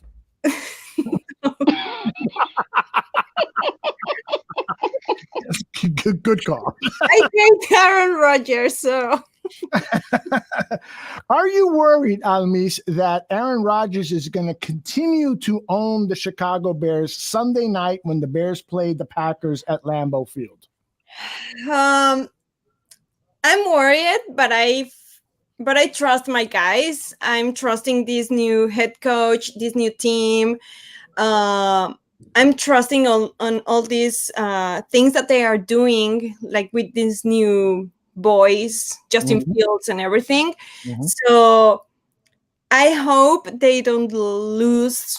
Like the score is not like that we feel shame, right? Right. Like, if there aren't more than 20 points, it's fine. But I hope that we this time can win against Aaron Rodgers. Like, yeah, I hate that guy. Like, pretty much. Like, oh, there he is, looking mucho sexy. No. Tooch likes him. Get out of here, you. Heidi, what do you think about Aaron Rodgers Sunday night against the Packers? How worried are you that he's going to – because last year in their first game, the Packers' first game, they lost like a terrible game, just like this year. So, but they came back in game 2 and had a tremendous game. How worried are you that he's going to take out his frustration on the Bears? Yeah, exactly. I'm afraid it could happen because it happened before. But looking at his numbers and his defense numbers, and I compared them to our numbers against the Niners, we are not that bad. The comparison is not that huge. So I'm a bit confident. I can't be 100% sure because it's Rodgers and it's the Packers and it's at home in Lambeau. So those three tiny little details are huge.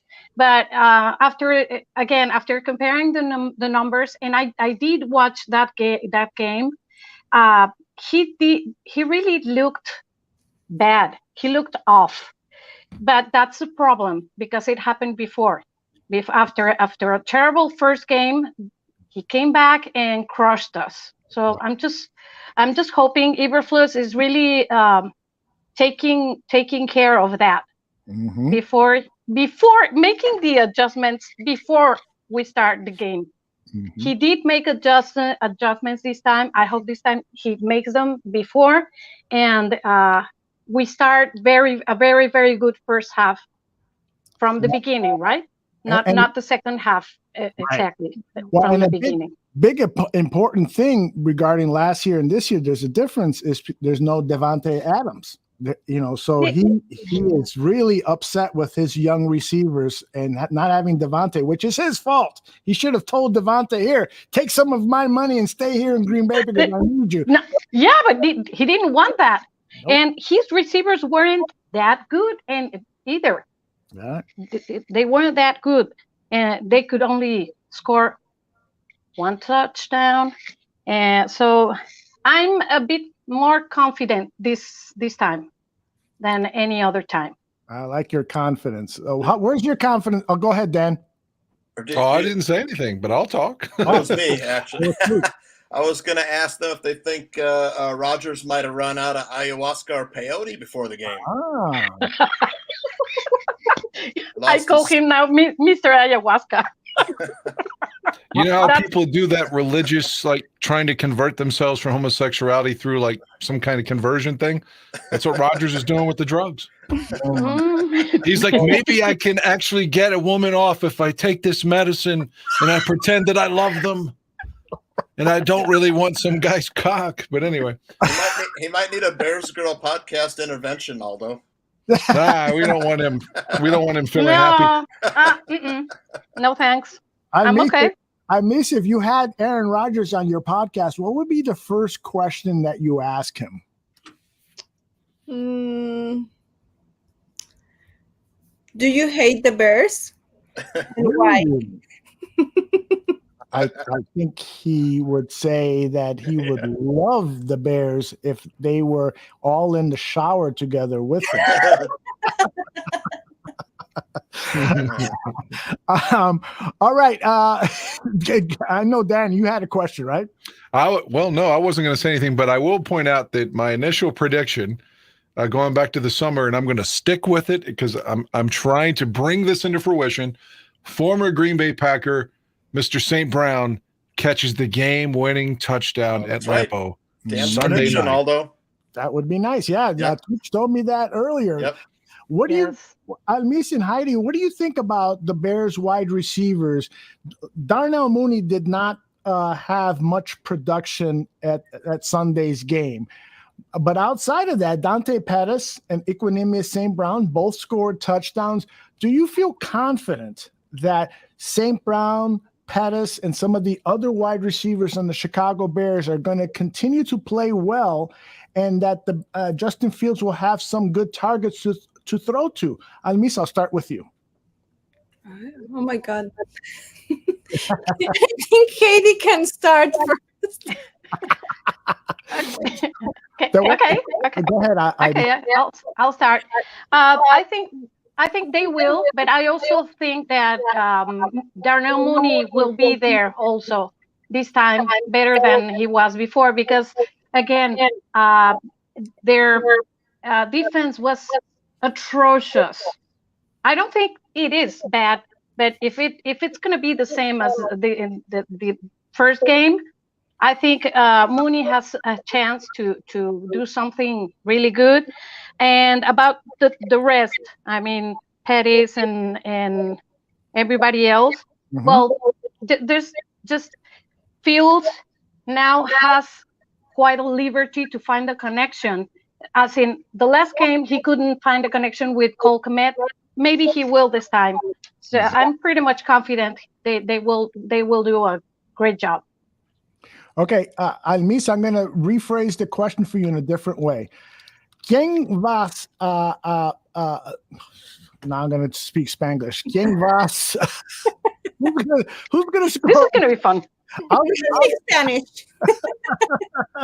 Outside of Darnell Mooney, who do you think will score a touchdown against the Packers? Which are the wide receivers? Equanimeous St. Brown, Dante Pettis, or somebody else? I'm trusting in Dante Pettis.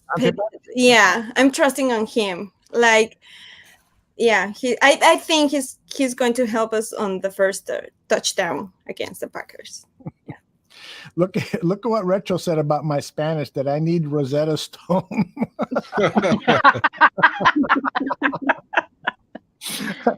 What about Velus Jones? Ain't gonna help him.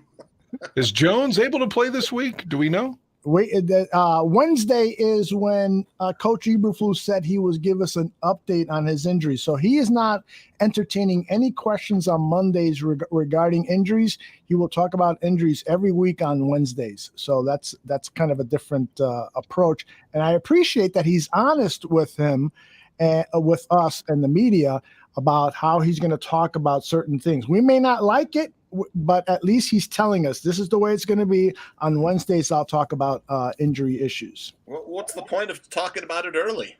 Things can change overnight. Yeah, exactly.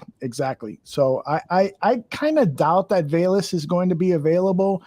on Sunday night, but I hope that he is, because Heidi, you probably were impressed with Velus in the preseason game when he had that kickoff return, or was it a punt return that he ran, and he showed his speed, and to have that speed against the Packers secondary would be very valuable, right? Yeah, exactly. Because especially because this first game we didn't have those huge punt returns, so that would be very nice. I hope he plays. Also, I think Robinson has an injury on a knee, has a bad knee or something. Yes. I hope he can play. Yeah, me too.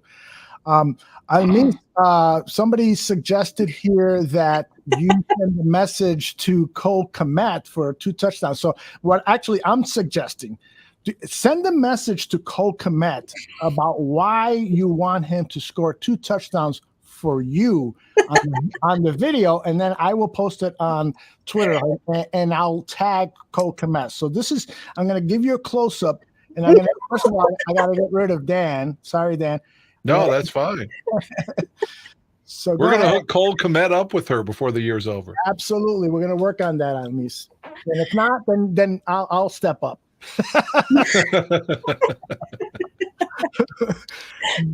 Go ahead, Almis, you're gonna kiss Aldo's feet after that. I wanted to be clear, okay? Sorry. Go ahead. Well, I hope this handsome guy called Kmet makes 2 touchdowns on Sunday. Let's say in honor of all the Bears, and he's so handsome. But like I said earlier, he's too young for me. Like, I'm 13 years older than him, so he's like my cousin. But I love him so much. Okay, I'm going to ask you to do a take 2 and just simply say, Cole Kmet, score 2 touchdowns for me, and I'll send you a kiss. Again, what? Que tú lo vas a mandar un beso. So, Cole Kmet, 2 touchdowns for me, and I'll send you a kiss. Ajá, así se hace. And that was a quote from Virginia McCaskey.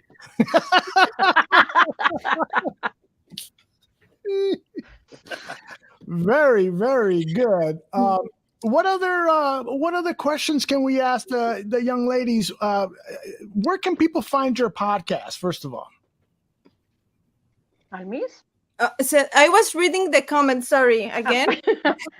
Where can people find the podcast, girls, Bears Girls? Okay, we have you can find us on Twitter. It's at how do you say __ Bear Girls, and also you can find us on Instagram with the same handle. Mm-hmm. That's our podcast accounts, and on our website of Fanaticosos, you can find us as well. All our episodes, all the Fanaticosos episodes, and all the our 4 or 5 episodes that we have released since we started this. Very good. Heidi, did you get a chance to see the John Buffone show, Buffone 55, the season premiere this past Wednesday? No, I didn't. I'm sorry. No, that's okay. That's okay. I was traveling to Mexico City for my birthday, so I was a little bit busy. I had a very large celebration. It lasted about 5 days. Damn. So I was away from everything. Mm-hmm. Sorry. Heidi, are you wearing a Brandon Marshall jersey? Yes. Throwback. Nice. Yeah, look at that. You have something to say about it, Dan? No, I loved Brandon Marshall. Okay, me too. Happy birthday from all of us at the bar room. Retro, who handles our Facebook page, is the first one to say happy birthday to you. We love you, Heidi. Thank you. We have plenty of time, so we can stay as long as you guys like, but I do have a special request of you, and I'm going to ask it in Spanish, okay? Okay. Te tengo una pregunta, no, un favor que te voy a pedir. See, wait a minute, let me get rid of Tooch, because Tooch is... God damn it, Tooch. Tooch is very handsome. Tooch is very handsome, but I want him to go away, and I want Dan to go away too, and it'll just be the three of us. Oh. Much more intimate, okay? Okay, te tengo un favor. Si puede, mi nombre está en the screen there. Mi nombre está en the screen. Dile el nombre mío in the sexiest Spanish accent that you have, okay? Empezando con Heidi. Just your name? Sí, just solamente mi nombre. Okay. Aldo Ray Gandia. Is that it? Almis, your turn. Your turn, Almis. Aldo Ray Gandia. Oh my gosh. See, everybody thinks that you were answering the question, who is the sexiest person on this show, and saying my name.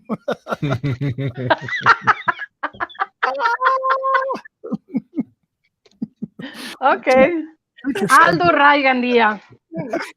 But we all know that Tooch is the sexiest. Look at that. Yes. That's a nice picture. Very sexy. I took that picture of him last night, by the way. Oh, what were you doing? Good to know. Do you really want to know? Don't tell. Yes. Isn't that a part of this show? Yes, it is. Bare your soul. So, Tooch likes to bare his ass, not his shirt.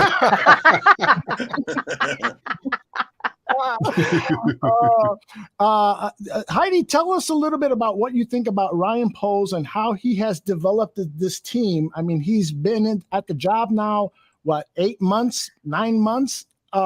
Were you angry at first that he was making so many changes and that Khalil Mack went away and that your former boyfriend Akeem Hicks went away, or are you satisfied and happy that he blew everything up and is starting from scratch? I was never angry because I understood that to bring different results, you have to do things in a different way. So, and he's the expert, I am not. So I said, I'm gonna be confident. I'm gonna trust this guy and all the process.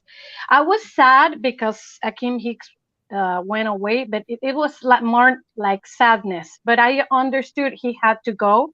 About Khalil Mack, I just thought that we could have gotten a little bit more for him, but that's about it. After watching this game and some of the preseason snaps, I am liking what I see in the rookies very, very much. They've come. They started from less to more in this past game, so that speaks a lot about Ryan Poles. Also, I like that he's not taking any shit from anybody. This is the way I'm gonna do things, and this is the way things are done. So I'm pretty confident we're in a good way. We're going on a right path. That's my. I'm not angry. I'm very happy. Good. Almis, you feel the same way? The same way. Yeah, we both, and with Nasle, the three of us, we are very positive with all the new team, the new guys, with everybody. So yeah, the three pretty much like feel the same. Like Heidi said it perfectly. Almis, and we know already that you prefer younger men, so you probably love this young roster, right? Almis, tell them about your other crush, your big crush. Well, maybe they are going to hate me. No. Oh, no. No, because I'm pretty sure everybody has a crush on that man. So go ahead. Who is it, Dan? Dan? It's Sam Christopher. I think it's you, Dan. I love since 2018 Jimmy Garoppolo. Really? Oh my God, he is the sexiest man on the NFL. He's so perfect, so handsome. Sorry, Tooch. Sorry. He is my biggest crush. Like, he's the top of all. Now, let me ask you: were you disappointed that he did not play Sunday when you were at the game? I was happy because I was pretty sure if he was playing, he would defeat a little, do more for the Niners instead of Trey.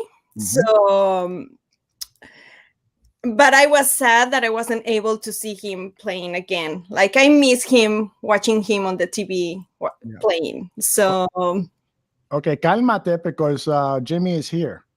oh my God. She's gonna blush.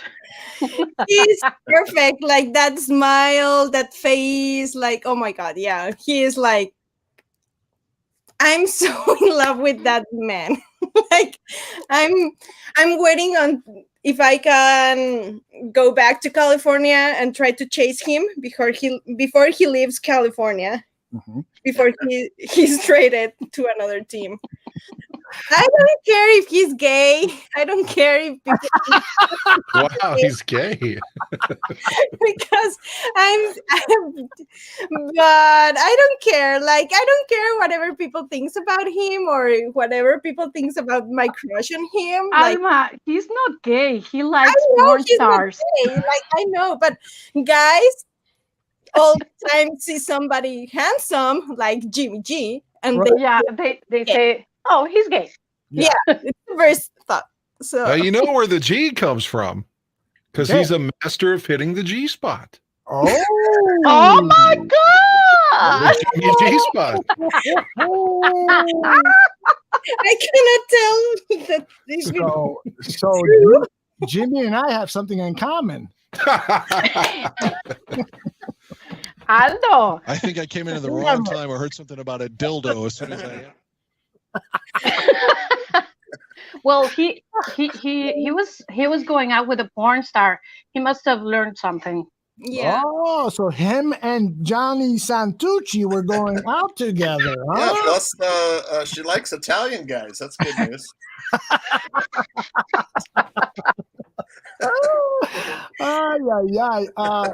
Heidi, who do you find the most handsome player on the Chicago Bears? Are you a Cole Kmet fan too? Yes, Cole Kmet. We have, Heidi, tell him we have a bunch of some Bears players that we love. Give us that list.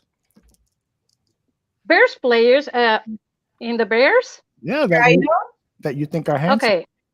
We love Papi Santos. Of course, we like Papi Santos. Yeah, I call him Papi Santos. Right now, he's only Cairo because he missed 2 field goals. So he's going to be Papi Santos again when he scores again. So Cairo Santos, Cole Kmet. I like Roquan Smith. Kyler Gordon. Oh my God, he's very handsome. There are a few. Okay. Almis, you want to add to that list? No, I'm staying with Cole Kmet and Cairo Santos as well. Santos, yeah, he is like those two from the Bears. Like, yeah. It's a shame that Nasle is not here because she would back me up with my likes. Yeah, we have a chat in between the three of us, and from time to time, not all the time, but from time to time, we send pictures of our crushes. And when Heidi and Nasle send pictures of their crushes, I'm like, yeah, I'm not sure it's that my style guy, but I can make you love him. And we just talk about Jimmy G and Cole Kmet and Papi Santos. So I have to tell you something. We are trying to bring Papi Santos to our podcast. Oh, that would be outstanding.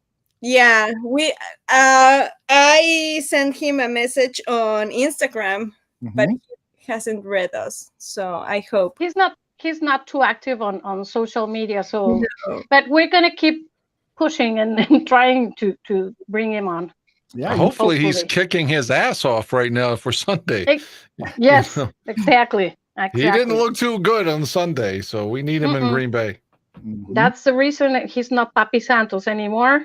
He's only Cairo Santos. Or as John Fox called him, Carlos Santos. Carlos. That's true. He did that. I want to let people know about Nasle Briones. It's a shame that she couldn't make it, but we love her, and she has a show here on the Barroom Network called The Bears Previa, which you can see every Wednesday. Sometimes it comes out on Thursdays, but she does a fantastic job with that show. And let me show people a image of Nasle. He just posted a comment here. Oh, she did? Is she coming? That it says Papi Santos. So she's totally in on the Papi Santos love, huh? Yeah, for sure.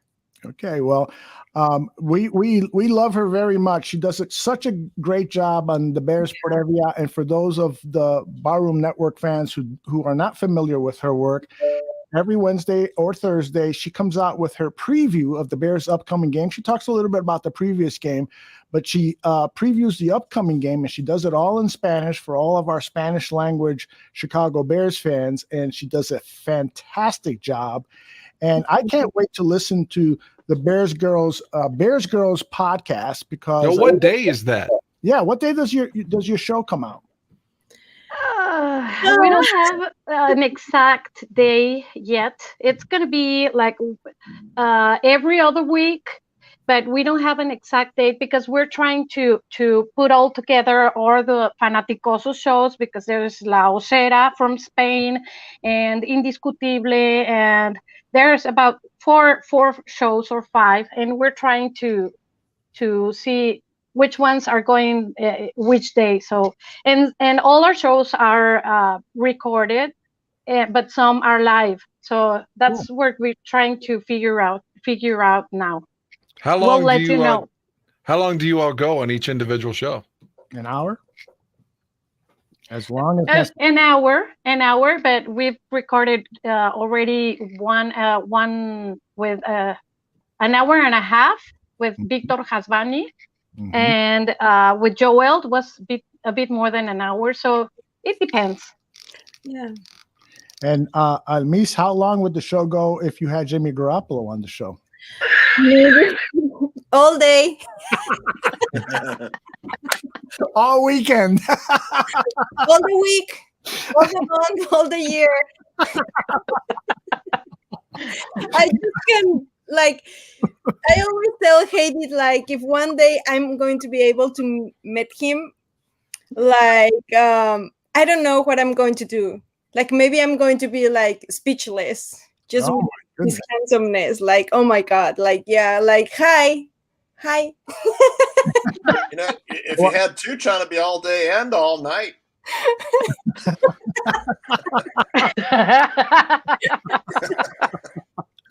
But I do notice that you say that you'd be speechless if you were with Jimmy, but since you've been on the show, you haven't been speechless at all. No, because I'm not in front of him. I see. I thought it was because you were looking at this face. Oh, maybe. He's a very handsome man. It's only at night that he looks, 20 pounds heavier than he normally is. Heidi, are you crying or are you laughing? I'm about to cry, but because I'm too happy, and I am laughing too. So it's the same. I love it. Now, you and Dan have been really close friends since you guys first met on the old 100 Proof show. Is that right? Yes. Yeah. We talked there for a while, a lot on Facebook Messenger and stuff. A lot. Yes. That's nice. That is really cool. And I got to go out to dinner with Heidi when she was in Chicago. How long ago was that? That was back in February? November. Okay. Oh, my goodness. That's right. You were in town for a Bears game. Yes. It was on November 20. No. It was the Ravens game, right? Yes, the Ravens game, November 21st, I think. And the moment, the time we met, although that was a funny story. Do you remember? No, I forgot. What happened? I was in Chicago for 5 days or 6, and I had a different person to meet every day. Mm-hmm. So, the day before I met Aldo, I went to dinner with one of my friends from a podcast, and we had dinner at a Mexican restaurant very near from my hotel. And there's this the hostess. She was from Mexico. She gave us we sat at the bar, and she was the bartender. She was the hostess. She was the server and everything. So she, and the restaurant was kind of empty. So she pretty much talked with us a lot. Mm-hmm. So at around 8:30, I went back to my hotel, and he left, and that was it. The next day, I had a lunch dinner, late lunch appointment with Mr. Aldo Gandia, and he told me, "Hey, let's go to this restaurant. It's quite near your hotel, so you don't have to walk much." And I said, "Okay." When he sent me the address and the name of the restaurant, I said, "Oh, it's the same as yesterday. That's okay." But I got there early, so there's this woman again at the door. She greeted me, and I was like trying to find if Aldo was there by any chance, and she told me, "Hey, your friend is not here yet." And I told her, "No, I'm meeting someone else today." And she said, "Oh, okay." So I sat and asked for a beer, and then comes Aldo, and we hugged and everything. And when we were going to leave, we're at the door, and I told her, "Hey, this is the last one I'm seeing this time. I'm gonna stick to this one." Because I was the most charming, the best looking of all of her guests that week. Ay, Dios, ayúdame. You should have looked at her face. She was like, "Okay."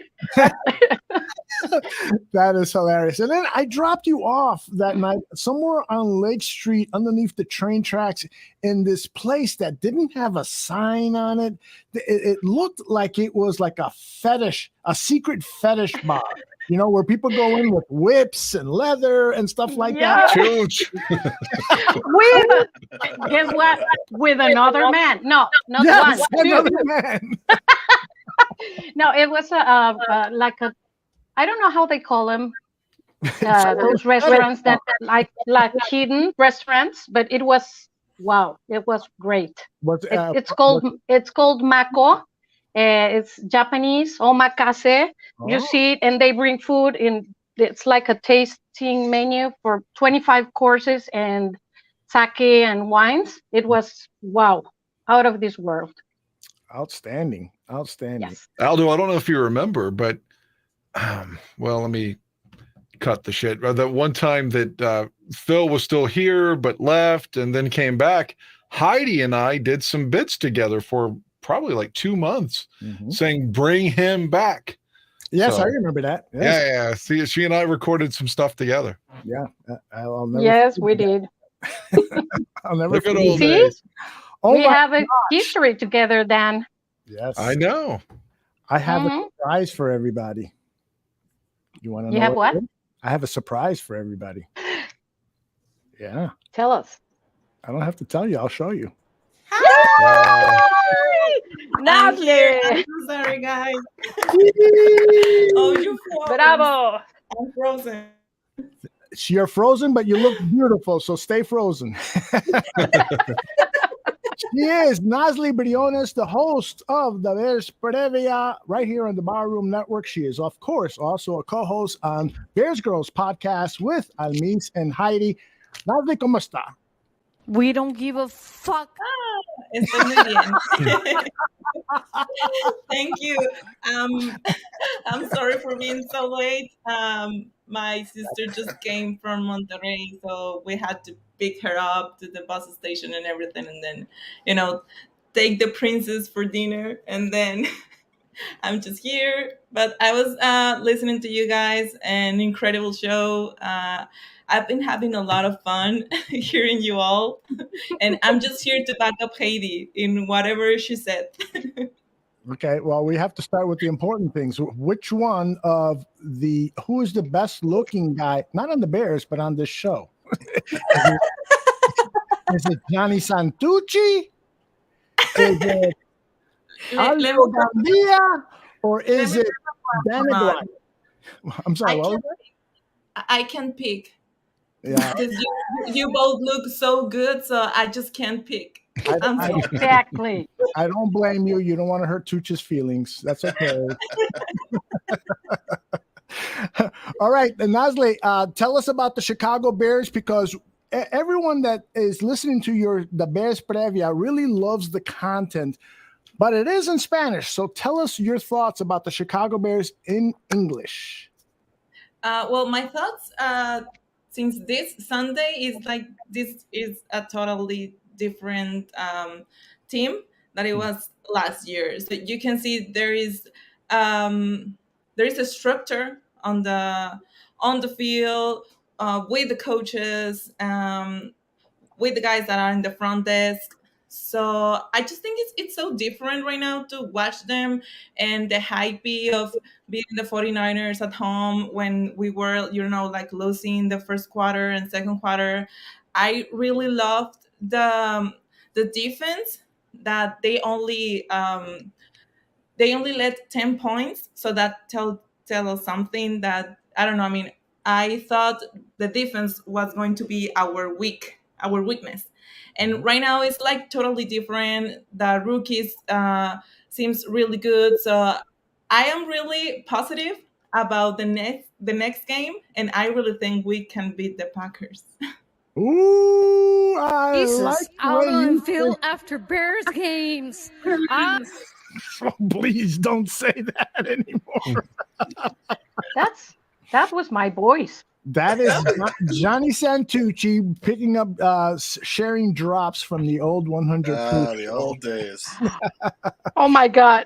Oh, Just gosh. don't share the ones where I was drunk, please. Oh, now he's gonna start That looking. one was supposed to say, "Ay, Dios mío." Ay, Dios mío. That's the one. Cierto. So I got a question for Nasle and Almas. Did you know Heidi before you started doing the show, or how is it that the three of you met to do the show? I'll start with Almis first. How we met, the three of us? Yes. The three of us, well, we are on a Bears group in Spanish in Mexico, the country, because we are all living in different cities. So I was the first lady on the group, if I could remember. Maybe the guys that maybe are listening to us, saying hi to all our friends on our chat.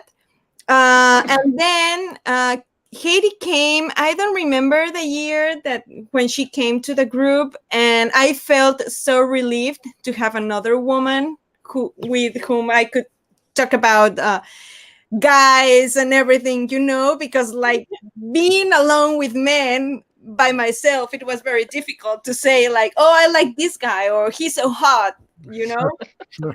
And so You have the same problem Aaron Rodgers does. Go ahead, please. Aaron doesn't like to talk about what guys he likes, but anyway, please go ahead. And then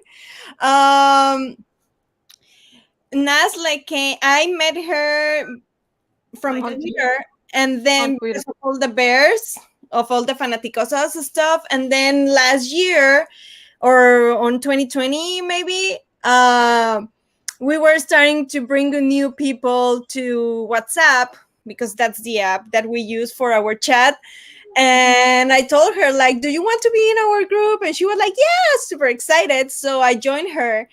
And since that day, we've been all talking about, like, the three of us, like, on the chat. And then we started doing a lot of good relationship, bonding a lot in between the three of us, because, like, being, like, now 3 women with 25 guys or 30 guys, it's like complicated, but we love our guys. They are so amazing. So that's the way that we met, all the 3 of us. I love it. Nasle, you want to add anything to that story? No, I basically met them because of Twitter, actually. So I started talking about the Bears with this digital media called Football Girls MX, which is like this huge. We are a lot of girls talking about NFL and football and everything. So I talked about the Bears, and then there are other girls that talks, like Patriots, Packers, etc. So I'm like the girl who talks about the girls. Then I started to add to Twitter or follow like people who were rooting for the Bears. And I met with the master, Antonio Contreras, which is the one who creates Fanaticosos. And then basically like that, we met in Twitter. Yeah. We haven't met in person. Like, I haven't met in person with these girls. But we will next year. Yeah, we are Hopefully. trying to make a trip to Chicago next year to make it to a game and be together, hanging out in the city, enjoying. Now, Almis, so you're in Chicago and you're going back home in a couple of days. Are you coming back, and is anybody else coming to Chicago to watch a game later this season? Almis, you first. No, I'm not coming back. Okay. I'm so sad about that. But no, I've been here almost for 3 weeks. So maybe I need to go back to California just to make sure that we have a lot of sun, and then some fall weather, and then rain. Just to be sure. And I'm so sad because my wife has been out of town for the last week, but that's a different story. Nasle, are you coming to Chicago for? I am. Yay! I'm so excited. Yeah. Which I'm one? going to Chicago. I think I'm gonna be there for the game against the Dolphins. Yeah, Johnny Buffoon's gonna be here. Dan Aguirre's gonna be here. You're gonna be here. Fiesta. Heidi, are you coming for the Dolphins game? I'm really starting to think about it now. I'm gonna sell my soul to the devil. I don't care, but I would like to go because otherwise I'm gonna be too jealous. Yeah. Heidi, the day before the Bears game, we're all going to the Smashing Pumpkins concert too, so you should come to that as well. Yes. Oh my gosh! Can you? Oh, Aldo, Shorty's going to that too. And Shorty's going. Oh my goodness! He wants us all to ride together so we can just avoid paying multiple parking. Yeah, well, fuck Shorty. I want Nasle and Almis to go. Tell me, and Heidi. And Heidi. Of course, Heidi. Heidi said she's already coming. Are you coming, Heidi? I'm gonna try and sell something so I can go. If Heidi comes, I'm going to try to make the same effort so we can be all together. That would be outstanding. Heidi, you should sell your pictures of your feet. I'm seriously thinking about that. You make a lot of money with it. Yeah, I didn't know that was a thing. And that my daughter tells me, Mom, do not share your pictures of your feet. Do not share them. Do not show them. Sell them. And I'm just like, what? Okay. I'm going to go get some money right now. Look at the grin that Tooch has. I think he's ready to pay Power money too. Cash App or Venmo. I'm gonna make an OnlyFans account for only feet. Definitely. Okay, so this is cooking. Thank you. Gracias, Nasle. Good idea. Damn. Piensa en grande. Sí. Y monetizar, chica. All right. The Dolphins, Danny, that's the one I'm supposed to come in for, too. Yeah, I hope so. Yeah, all these ladies got to come to Iowa. This Dolphins game is like becoming a homecoming. It's a 6-hour drive for me, Heidi. But if you're coming, I'm going to make the drive. 6 hours? That's nothing. Yeah. No, it's not. Yeah, you can do it. Yep. I drove 9 hours last season to Chicago, so See? Right. We can all do it. I'm just gonna fly this year. Fuck it. So okay. Great. Girls, who do you think was the best player last game for you? The best one who stood out the most. I'm gonna go with Justin Fields. Justin Fields? Yeah, I'm gonna go with Justin Fields. 100%. To me, maybe he was not the best of the best, but he stood out as Dominic Robinson. Yeah, very good. Yeah, he's one of mine on my list. Okay, definitely Justin. It was all the young players, really. Jaquan Brisker too. He started like this, but he went all the way up. He stepped up. Yeah, he was Braxton very well. Jones, good protection. Right. He had a tough job against Nick Bosa. Yes. And next week, the Packers, they were without their 2 tackles, Bakhtiari and Jenkins. Both those guys, a big part of the Packers' success are those 2 tackles. Of course, Dan would say the refs are a big part of those tackles' success. Uh-huh. Danny? Absolutely. Always. And it seems like the Bakhtiari guy, isn't he always hurt every time we play? And we always think, it's going to help the Bears, and then we fucking lose anyway. So I don't care about who's playing for them. I just want the Bears to win. I don't care who's playing for them. Yeah, we got to get good pressure. Jesus. Good pressure without the 2 starting tackles. We should. We got a good chance, man. I like. It's about time we lost 6 in a row. We got to take one up there in Green Bay. Aldo, it looked like Andy Dalton was playing here. I'm glad you're back. We lost all fluidity while you were using the bathroom. That happens. I'm so old that I sometimes lose my fluidity too. He's a fucking idiot. Nasle, you were away when I shared this picture of Mr. Santucci's past life. Oh God! You want to take a look at it? Okay. Really?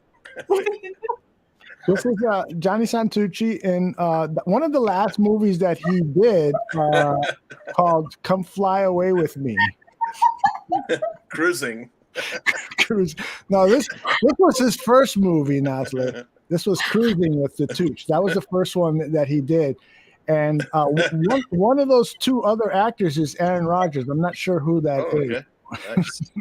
I think the other one's Dee Snider. I'm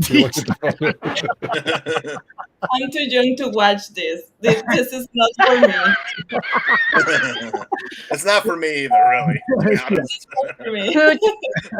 I want you to know that I made a screenshot so we can share that in our chat so we can enjoy it later. Yes, I can send it to you too, Heidi. I can also send you. I was a bit ashamed to ask you, but okay, thank you. On Twitter. I was ashamed when I made that.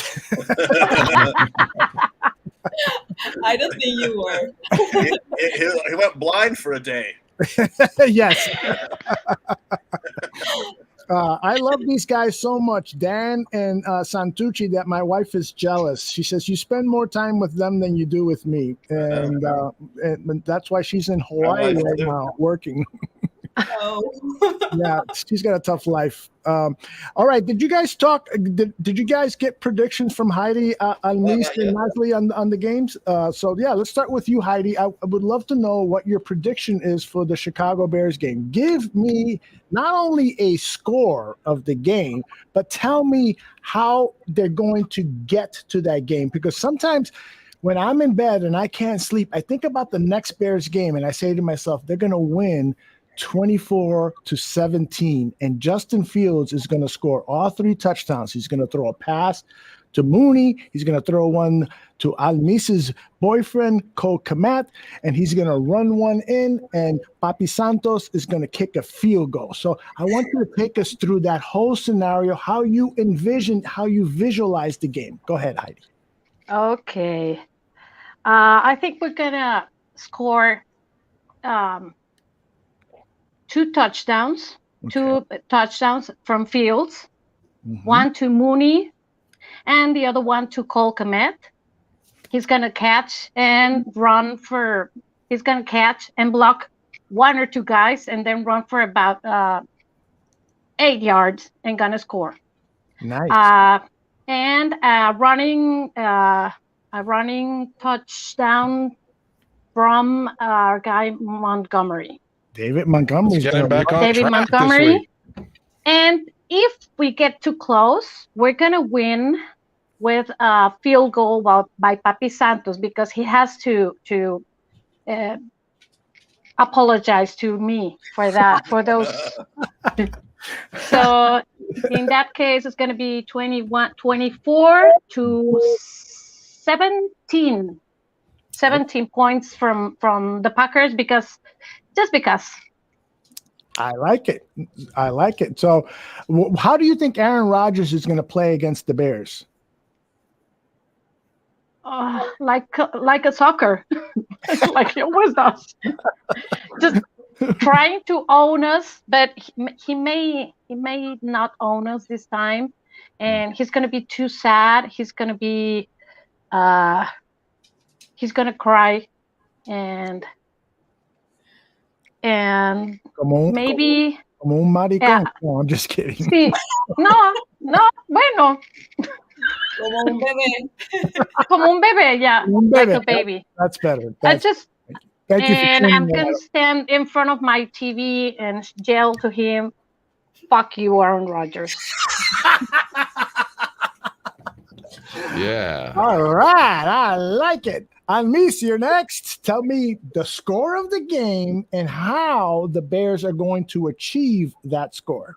Okay, so I'm not like you that I go to bed and just think about like who is going to make. I've been married a long time, Almis. I'm sorry. Okay. She thinks about Jimmy Garoppolo when she Yes, goes to bed. exactly.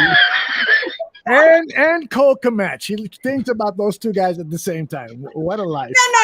No. One by one? I'm sorry. Like just 1-on-1, it's fine. Like one day, 4 days of the week, Jimmy G, 3 days of the week, Cole Kmet, just like mix and match, but not at the same time. Okay. Unlike Dan, who's going to be thinking about all 3 of you at the same time. But don't tell them that. He's already thinking about that. Only your feet, Heidi. That's what I'm thinking about. You know that? Sorry, Albie. This is the last thing I'm going to say. Dan, I'm going to send you one picture so you can get a peek. Nice. Well, of course, I want to watch and look. Only for you. But I will love it. If you're going to send them a picture, you got to send me a picture of your feet too. Come on. We need to start making money. Yes. Exactly. Sorry, Almis. Go ahead. I'm sorry. Okay, so I'm just going to think about the score. Mm-hmm. It's going to be. I'm trusting on my Bears a lot, so I think they're going to win 24-17. Oh, I like that score. That's actually the score I was thinking about too, 24-17. Okay, So there's I'm 3 of sorry. us. Go ahead, Heidi. I'm sorry. No. That's three. I'm taking notes. 24/17. That's Almis and myself, and now Aldo. So there's three of us. Let's see. Okay, but primero, we gotta before you send pictures, I want to get Nasle's prediction. But Nasle, I want to pose the question a little differently for you. Okay. Okay. As I said before, you do a show here on the Barroom Network called The Bears Previa. So I'd like you to do the same thing right now, except, of course, in English. All right? But if you want to do it like a little bit of English and a little bit of Spanish, that would be great too, because that would really, really turn Dan on. Anytime. Go. Okay, let me get my thoughts straight. Okay, I'm going to start in Spanish and then I'm going to do a little bit of English and then go back to Spanish. Perfect. Okay, so yo creo que el siguiente partido en contra de los Packers va a ser uno de los más importantes porque the Bears are going to win against the Packers since 2018 for the very first time. So I'm really positive about it, and I think they're going to win for 21 puntos para los Bears, que serían 3 touchdowns for the Bears, and I think there's going to be only 2 touchdowns for the Packers. So Montgomery, it's going to score, and then St. Brown, it's going to score, and then I think Justin Fields va a hacer una directa personal en zona roja para poder anotar el tercer touchdown. Y de esa manera vamos a restregarle en la cara a Aaron Rodgers. Nice. Que he doesn't own us anymore. I like that. Now, a rough translation of that, I'll just translate her last line. She said that the Bears are going to come all over Aaron Rodgers' face. That's what I heard. Right? Isn't that what she said? They were going to come all over his Yeah, pretty much so. Yeah. Isn't that what you heard, Dan? It sounds like something Aaron would like.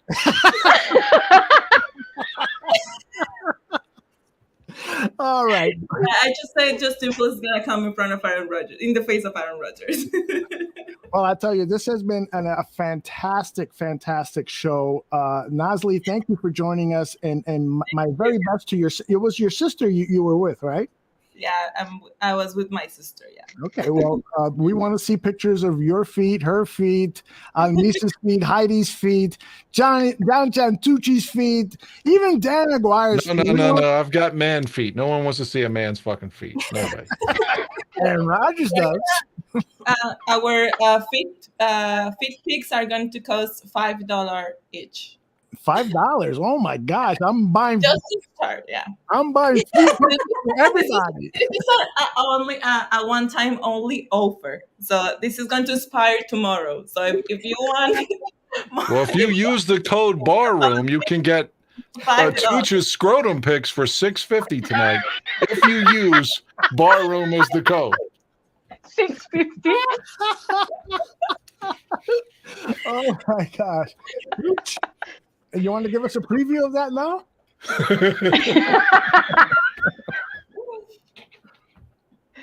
The score, Los Osos 24, Los Pinche Packers 23. Muy bien. Nice, dude. Muy bien. Yeah, he has that Italian Spanish accent that's a real turn on for somebody. I don't know who, but somebody. Heidi, you're the absolute best. I can't wait to see you again so I can give you a great big hug. And Almis and Nasle, I hope that I see all three of you here in Chicago. My home will be open to you. John Buffone and Dan Aguirre will be here in my home. Wow. Maybe Johnny Santucci will be too. So if the three of you are here, we'll have a nice dinner party together, and we'll take pictures of your feet and try to make some more money for you. Okay. Now I really have to sell lots of pictures because I really want to be there. Thank you. Thank you all very much for being here. And Nasle, Thank you so much. Thank you, Tooch, Dan. Love you, Heidi. Thank you. And Nasle, your next episode of the Best Previa is tomorrow or Thursday? It's going to be on Thursday. Yeah. Very good. Excellent. You can watch it on Thursday. All Me right. speaking Spanish like for 3 minutes. Yeah, so all of you only English-speaking people, I know you're still going to watch the video. You know, one of the things that I've thought about, Nasle, is to figure out a way to do a translation for you. Yeah. So I'm going to work on that. If we can get that, then all of a sudden your audience will expand enormously. But you're doing a great job, and Almis, it's a pleasure meeting you. Thank you all three of you for being good sports and joking around with us. We really, really appreciate it very much. Thank you so much for having us. You bet. Love and Thank you. kisses. Adios. Adios, bonitas. Bye. That was fun. Yeah.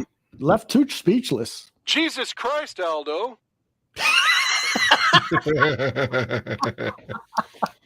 So everybody's coming in for the Dolphins game? That's for real? Yeah, that is for real. What date is that again? It's November the 6th. 6th. Oh, right. And the concert is on Saturday, November 5th. So Yeah, so we're in section 110, row 14 at the United Center, and the other Dan managed to get the same section but 3 rows behind us. Mm-hmm. Yeah. So it's right where we are too. Awesome. He says his vehicle would haul all of us too. Like, that I've already paid for the parking in advance, actually. So look at you. And have you worked out the ticket situation with Mr. Shorty, or is that we should? He says he's going to purchase his tickets from whomever he's buying them from. Mm-hmm. Then he's going to I would presume he'll transfer 1 to you and 2 to me. Mm-hmm. And I'm going to send him my 3 at that time, and he's going to try to sell and recoup his money. Mm-hmm. Retro says all 3 of us are going to hell. I thought we were very respectful. Don't you think, Tooch? Yeah, about middle of the road. Tooch is over there posting things about, they probably like Italian sausage. It's like, what are you doing? I'm thinking. They can't read English. Yes, they can. Heidi can. All 3 of them can. Well, Heidi definitely can. I was embarrassed, but I was smoking fucking reefer. Where are all these old drops coming from? From the Tooch, from 4 years ago. That was so good. All right, we've got 15 minutes or so before Dan has to go save some lives. Heidi is sending love hearts, and we all love Heidi so much. Oh my gosh, I can't wait to see her again.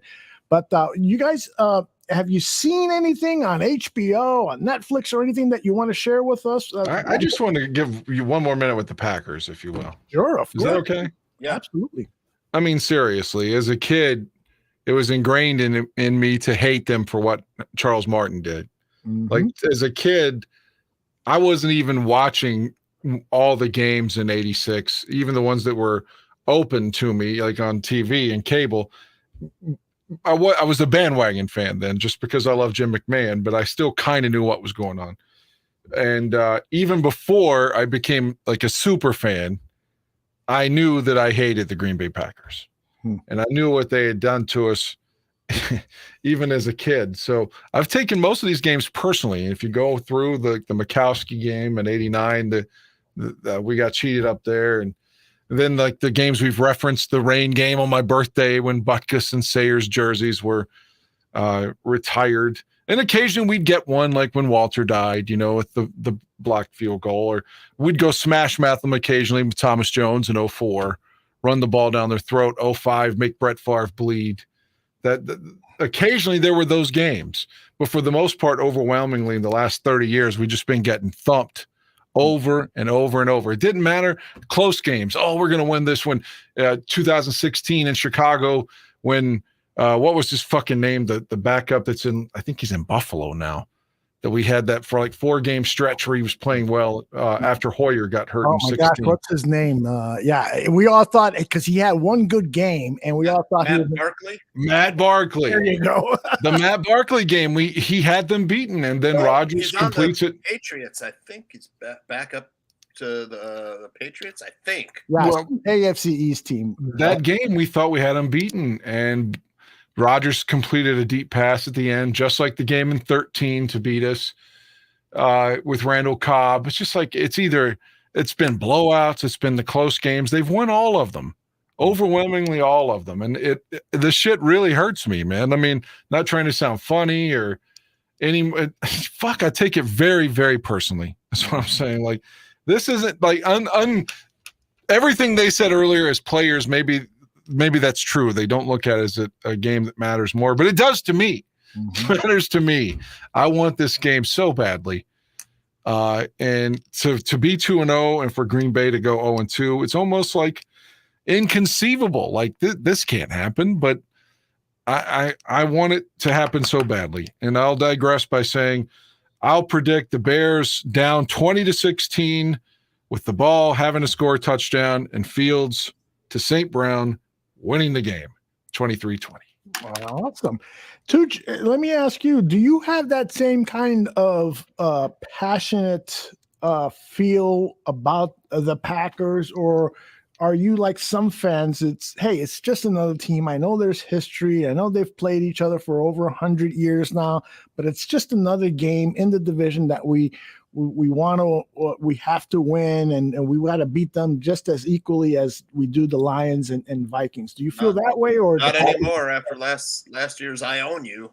Yeah. If we don't, if they didn't get that message last year and take it up to Lambeau this weekend, I don't know. I'll be a little disappointed. I at least want to see them, smack some Green Bay heads, Yeah, and don't forget Bears 100. We thought we were going to the Super Bowl. It was only Cody Parkey, right? That's the reason we didn't go. Opening night, Soldier Field, Thursday night. What happens? Green Bay fucking beats us. It was like 10-3, but it felt like it was 27-0. Yeah, it's still another indication of your dreams being crushed. How many times can the bully take your fucking money before you fucking hit him in the mouth? I mean, it's got to be time for us to stand up here, man. Mm-hmm. Yeah, I used to coach a flag football team, and the first year we won the championship, and then the second year another team joined the league, and these guys were like fucking huge and fast and really fucking good, and we came close to beating them and repeating as champions, but in the end they scored a last minute touchdown, and we had the ball for the last possession. We couldn't score, and it was fucking awful, man. The feeling that I had, I was a coach, I was miserable. And then during the off season, like half of my team went to play with those other fucking guys. I was so fucking pissed off. I was pissed off and saying, where is your fucking passion to beat the guy that kicked your ass, last year? It really, really fucking hurt, not my feelings because they left the team. And Adrian Amos. That's right. Hey, Jim McMahon. But it goes against my competitive spirit that you would want to play for a team that kicked your ass. What do you want to come back and beat the shit out of them next year? That's how I feel about the Packers. Fucking Aaron Rodgers comes to Soldier Field and tells the fans, but because some woman gave him the finger, and he repeats, I own you, I own you, I own you. And then before the season starts, he's doing that fucking passive aggressive thing, like, these teams, they think they can beat us, the Vikings, Lions, and Bears, but we've had pretty good success against them and so forth. Fuck you, Aaron Rodgers. I want to beat him so fucking bad. I don't want to wish injury on him. I want to wish death Pain. Pain. To quote Mr. T in Rocky 3, pain. There you go. I want to see fucking pain. I want him fucking on the he's going back into the medical tent. Exactly. His asshole's hurting him. He's going into the tent. He got fucked too hard last night and his hemorrhoids are flared up. And that last hit by Watts, the former Viking, has flared his asshole up. I just, man, he thinks right now at the house, wherever he is, he's like, we got them. This is the fucking Bears. I own them. There's no chance we go to 0-2, not with them.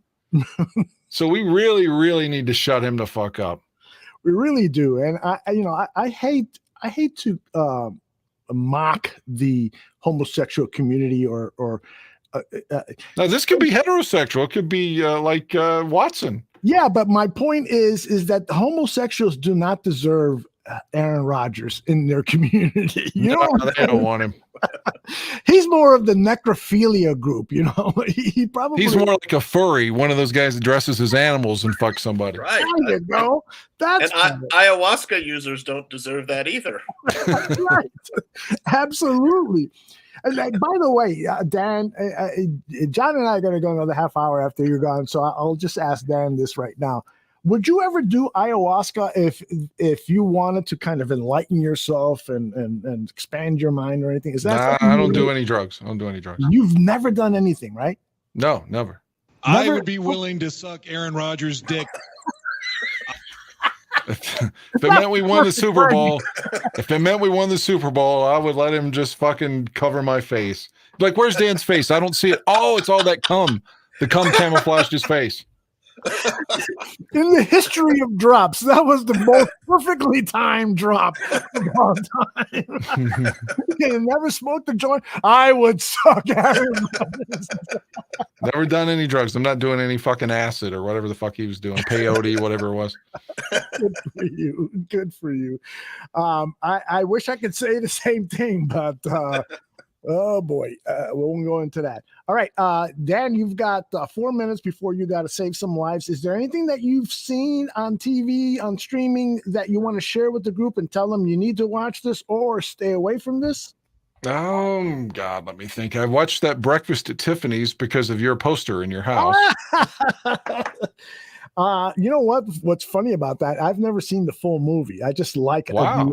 Art Deco type poster. It's in our guest room, so maybe I'll watch it someday. But it's really not my kind of movie. It was a cheap poster I got and put it up. I thought you were a fan of the film. I watched you thinking this is Aldo's movie. No, trust me. Is Dan watching Hot D on HBO? What is it? House of the Dragon. No, I don't like. Thou shall not the queen is not my kind of show. Oh, he's expressed. Am I the only one that doesn't give a shit that the queen died? I mean, I don't want anybody to die, but everybody's acting like the royal. Didn't we fight a war to be away from the royal family? Like, Is Aldo watching the? I'm watching Game of Thrones. I have not seen the last episode because I'm waiting for my wife to come back in town. The princess, man. I don't know how old she is, but man, she's hot. She's a cutie. Oh yeah. my gosh, she's got to be like 16, 17 years old. so cute. I feel kind of, Yeah, I know how you. Strange feelings. Aldo. Yeah, I know how you feel. I know how you feel because I feel the same way.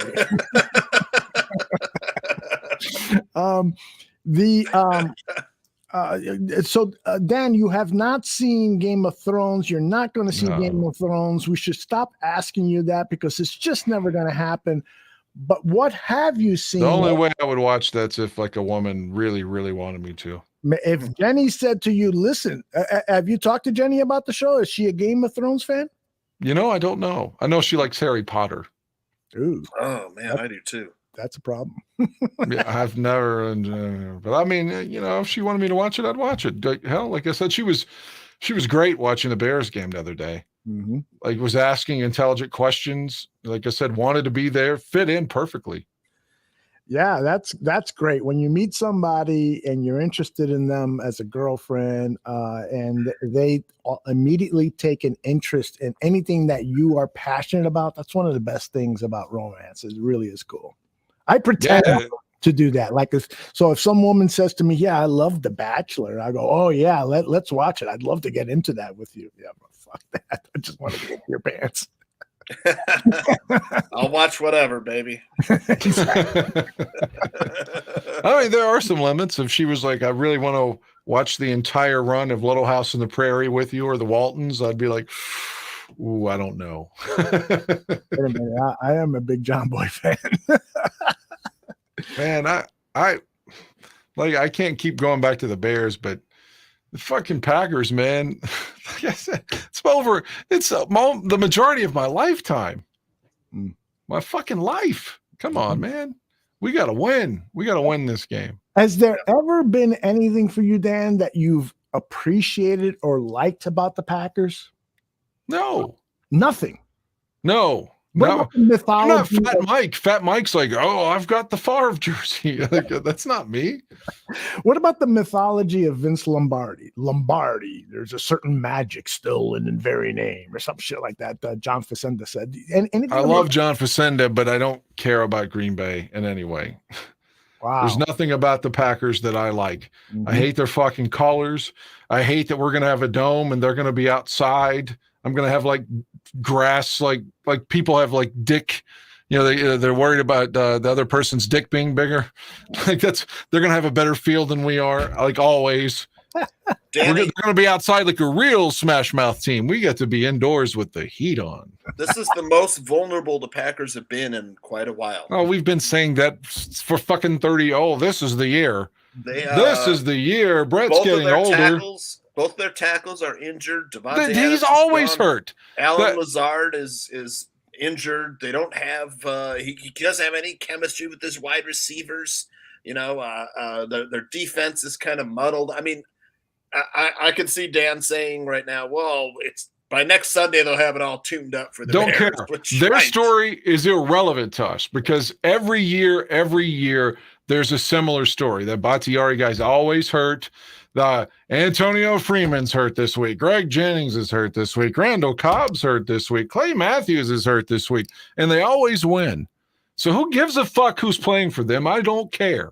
I want the Bears to win somehow in spite of who the fuck's hurt and who's not over there. Don't care who's playing for them. Well, and I get Tucci's point because it will increase our odds of winning if those great players are not playing. But I want to beat them at their fucking best. The fact that Devontae Adams doesn't play for them anymore is going to, in my book, in my passion for the Chicago Bears, it's going to reduce just a smidge that he is not on the field when we fuck the Packers up. It bothers me. I want to beat them at their best so that no fucking Packer fan comes on and says, well, we didn't have this or we didn't have. Fuck you. I don't give a shit about that. I want to beat you at your best. And so that bugs me a little bit that, I would love to beat them with Bakhtiari in at left tackle and Elton Jenkins in at right tackle and Alan Lazard and all their best players playing. I would love for that to happen. I would love for David Montgomery to look like Walter in fucking 1977 against them Sunday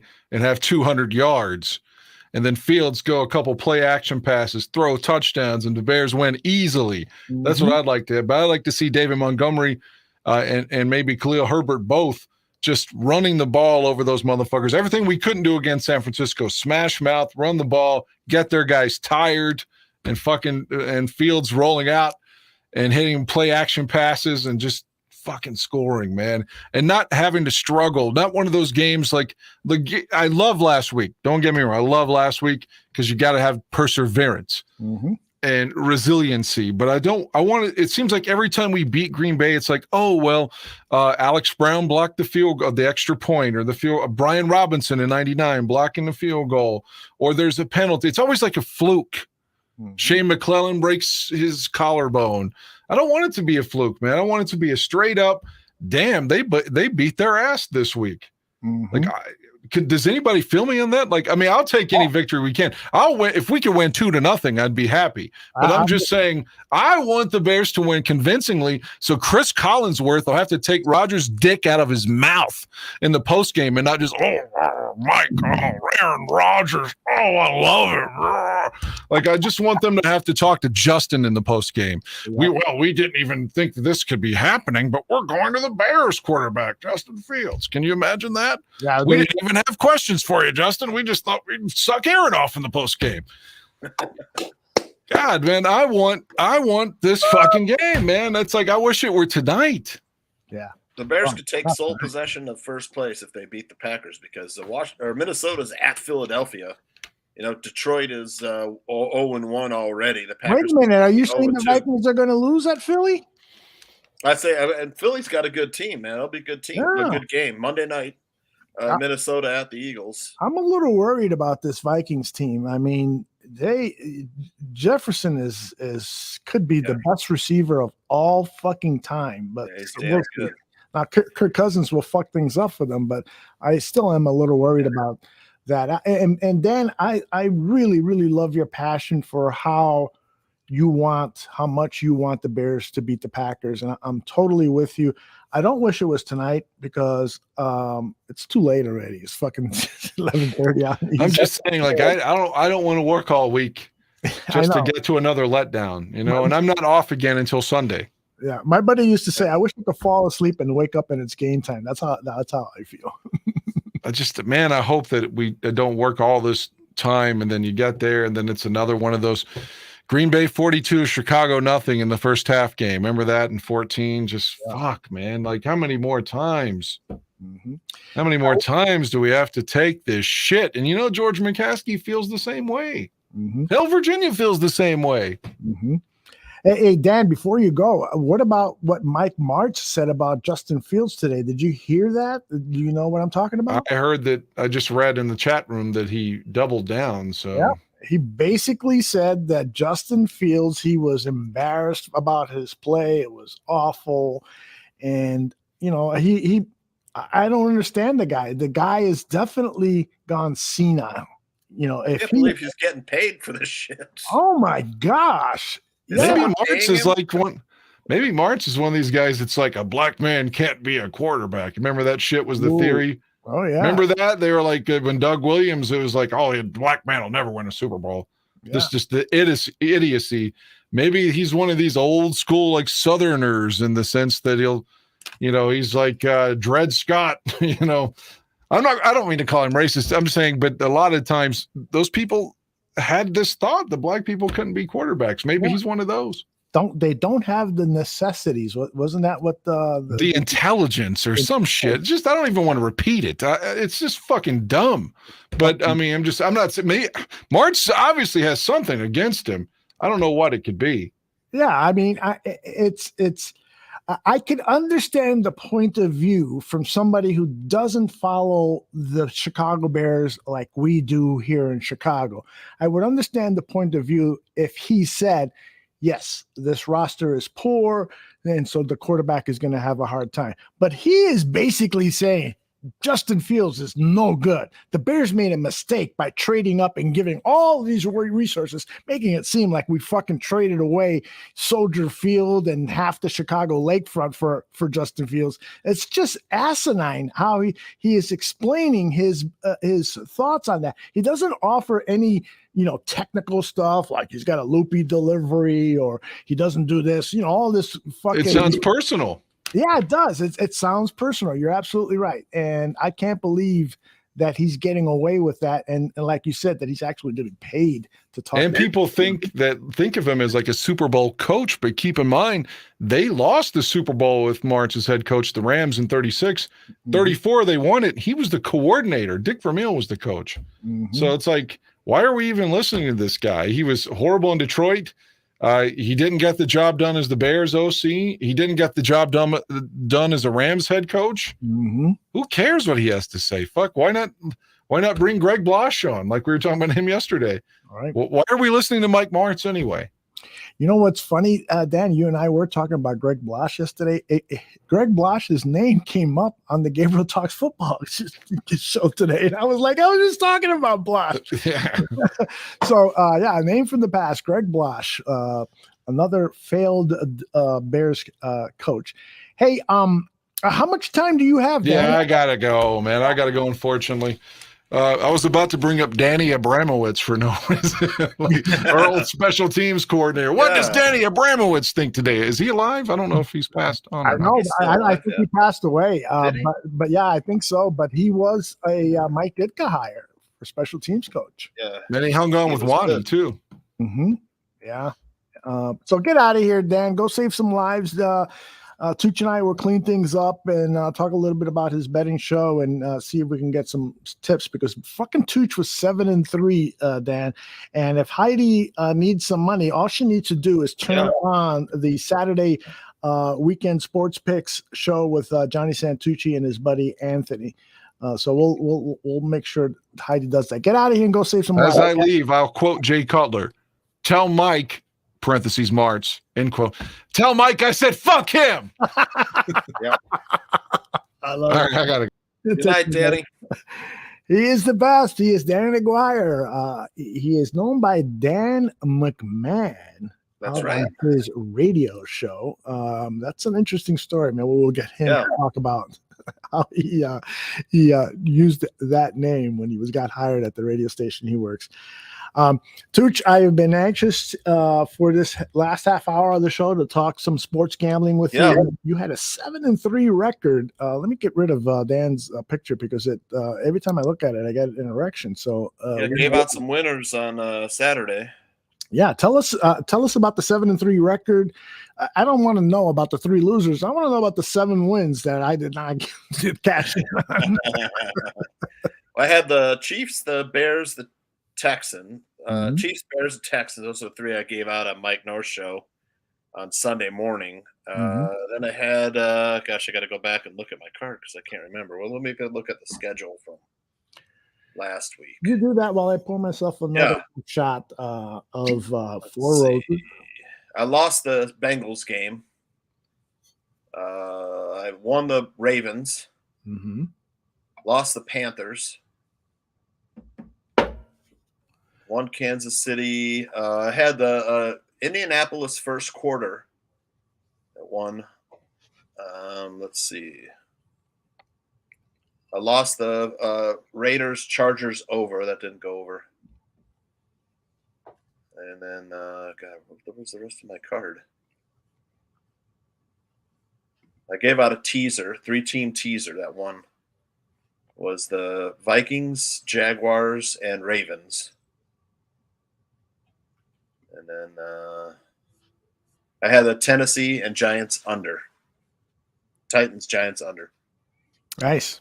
Not a bad day. Not a bad day at all. Anytime you win 7-3 in your sports gambling, that is a magnificent day. Now, week 1 is hard of the NFL, because you don't know teams. We don't know what they're going to be. Right. The 49ers, I had a feeling the Bears could win that one with Trey Lance at quarterback. And then the weather, kind of didn't give either team an advantage, like Cliff says, if the best sports gamblers lose 43% of the time. That's what Wise Guys Wagers always tells me. Last month I was 59%, which is pretty good. Last 30 days. And then baseballs, I've been lucky today. I don't know what I'm going to be. Let me look at my. Fuck baseball. I can't believe baseball is so hard. Gosh, with college football and pro football now here, I wouldn't even consider betting on a baseball game, because the fucking game has been ruined with all of these rule changes and pitchers going 5 innings and stuff. By the way, I don't know if you got a chance to see this, Tooch, but I produced this. Need a little help with your sports betting? Well, the Barroom Network is here to help. On Saturdays, it's Weekend Sports Betting Tips with John Santucci and Anthony from PoundItSports.com. And then on Sunday, it's the Mike North Advantage with the great Mike North. Best way to stay on top of things is subscribe to the Barroom Network's YouTube channel. Now, hell. That was awesome. Yeah, I played that for Anthony too. I I If you're think a sports I'm going to be gambler and 3 you're and not 4 listening to today. the Barroom Network on weekends, you're a fucking loser. Please go ahead. I think I'm going to end up 3 and 4 today, down 1 unit. But yesterday I was 4 and 1. So, I mean, it was tough. I mean, Anthony and I both we're so done with baseball. We're just like, man, I mean, there's football Friday night. We got Thursday night football we can wager on, and then Saturday college football, Sunday and Monday NFL. So it's just a couple days where you've got baseball still. So baseball is so hard. It's just tough. I mean, I love the Cardinals tonight. They got killed by the Brewers, who suck on the road. You ever bet on a high school football game? It almost sounds like something illegal, like, you know. It is. Yeah, you can't. I don't think you can. Really? It is? Yeah. I didn't know that. And for college sports, you can't bet on individual players in a lot of states, you know, because they're still kids, I guess. But, you know, the prop bets, some states allow prop bets for college, not Iowa. And then some states don't even allow sports gambling, you know. Like Anthony's in Florida, they don't know. They had it for like a month and then it got killed. They had it in the Indian casinos. Okay. But, yeah, he was pissed because I mean, DraftKings give you so many nice boosts and stuff if you play your cards right. You know, you got to like all of a sudden they'll drop 100% profit boost. You're just like, I'm just paying one bet, straight wager, boom. You know, and then pound it. By the way, I want to digress just for a second to address what Mo Bierman says. JF1 needs to learn how to slide and keep his head out of the way. You know, all these late hits that Fields has been experiencing. Yep. One of it wasn't a player, some reporter, I forgot who, said that there has been talk by defensive players that Justin Fields is so fast that it's very hard to let up because they think that they're going to hit him while he's still eligible to be hit, but he's so fast that it ends up being a lot of these late hits. And I can buy that. You know, there's probably been a couple that looked malicious, but I can buy the fact that this guy is he's just as fast to me in my eye, and maybe not with the stopwatch, but he's just as fast as Lamar Jackson is with his play speed. And so I could see why that is happening. So sorry. He got one call, then he got a late hit, one call, and then there was an earlier one they didn't call, you know, and then after they were kind of like they made up for it by calling the next one. But what do you think about what Chubb says here about UFC is really good and usually pretty easy to win money? I like I've done some UFC wagering and stuff, but I don't know. I don't really know enough about it. You know, you really UFC is like something that, like, if you're a big fan, you follow all these fighters and stuff, and you know how to win in it. You know, for me, I would read, you know, another handicapper's analysis. You know, and that's make a decision. But I don't watch enough UFC. I enjoy it when I do watch it. But I don't know enough about it to, you know, really handicap it. But I just wanted to announce something because King Pookie is talking about the new stadium. King Pookie was out at that meeting in Hershey and reported back on what he saw on his Twitter handle. King Pookie, if you got your Twitter handle handy, post it up and I'll let people know because they should follow you for all the cool stuff that you post. But I'm just letting him and everyone knows that when the Bears move to Arlington Heights, I am turning my house into a whorehouse. So if you want a good time on Saturday before the game, come over to the Gandia house. We'll have plenty of whores here. And I do have that video with some for next week's game if the Fireflies want to see it. Should I roll that? Yes, but set it up for set it up. Yes. Who is this guy? Because he looks like Andy Warhol's brother or somebody. Yeah, this is Teddy Covers from Wager Talk and Drew Martin. They're kind of Drew Martin's pretty good. They do a show called Look Ahead, and they take a look at the lines. And Teddy Covers has a show called Bad Beats, Bad Bets, and Bad for the Bookies. You know, a bad beat would be if you had Denver.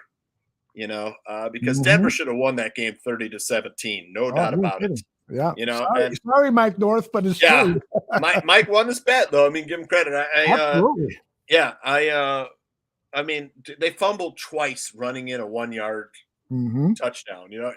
If Melvin Gordon and Javonte Williams, either one of those guys don't fumble, that game goes Denver's way. Absolutely. And then they're not stuck with that dumbass call at the end. I was like, what the hell? This guy let 54 seconds count down off the clock. I was like, this is the dumbest coach in the NFL. It really is. Nathaniel Hackett. I was like, that. Nobody in football should be named Nathaniel. Aldo. Really? Right? It's like, we're hiring this coach. His name is Nathaniel. That's right. No, you're not hiring that fucker.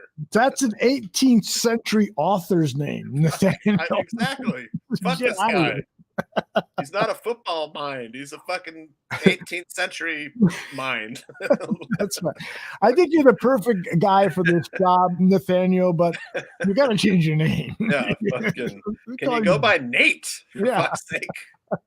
Nathaniel. Exactly. I'm with you. All right. So who are these two guys again? Oh yeah, Teddy Covers. I don't know Teddy's last name. He's pretty good though. He gives out some good plays once in a while. And Drew Martin, he's all right too. But they're talking about the Green Bay Chicago game. It was just some good analysis. It was, about the Niners game and the Green Bay game. So just to set it up, I'll roll it. All right. Sunday Nighter here, 287-288, Chicago Bears, Green Bay Packers, NFC North battle here. Packers -10 at home, 43 the total. What are we thinking here in Lambeau, Teddy? Green Bay, look ahead line was 10, opened at 10, sitting at 10. My powering number is lower. My powering number is only 8. And it's not like I'm real high on Chicago. But there were some positive things for the Bears. I mean, I know they won the game, so that's certainly positive. But the key is that Chicago got pressure all day yesterday without blitzing. They allowed 7 to drop back into coverage. It was a really strong defensive showing.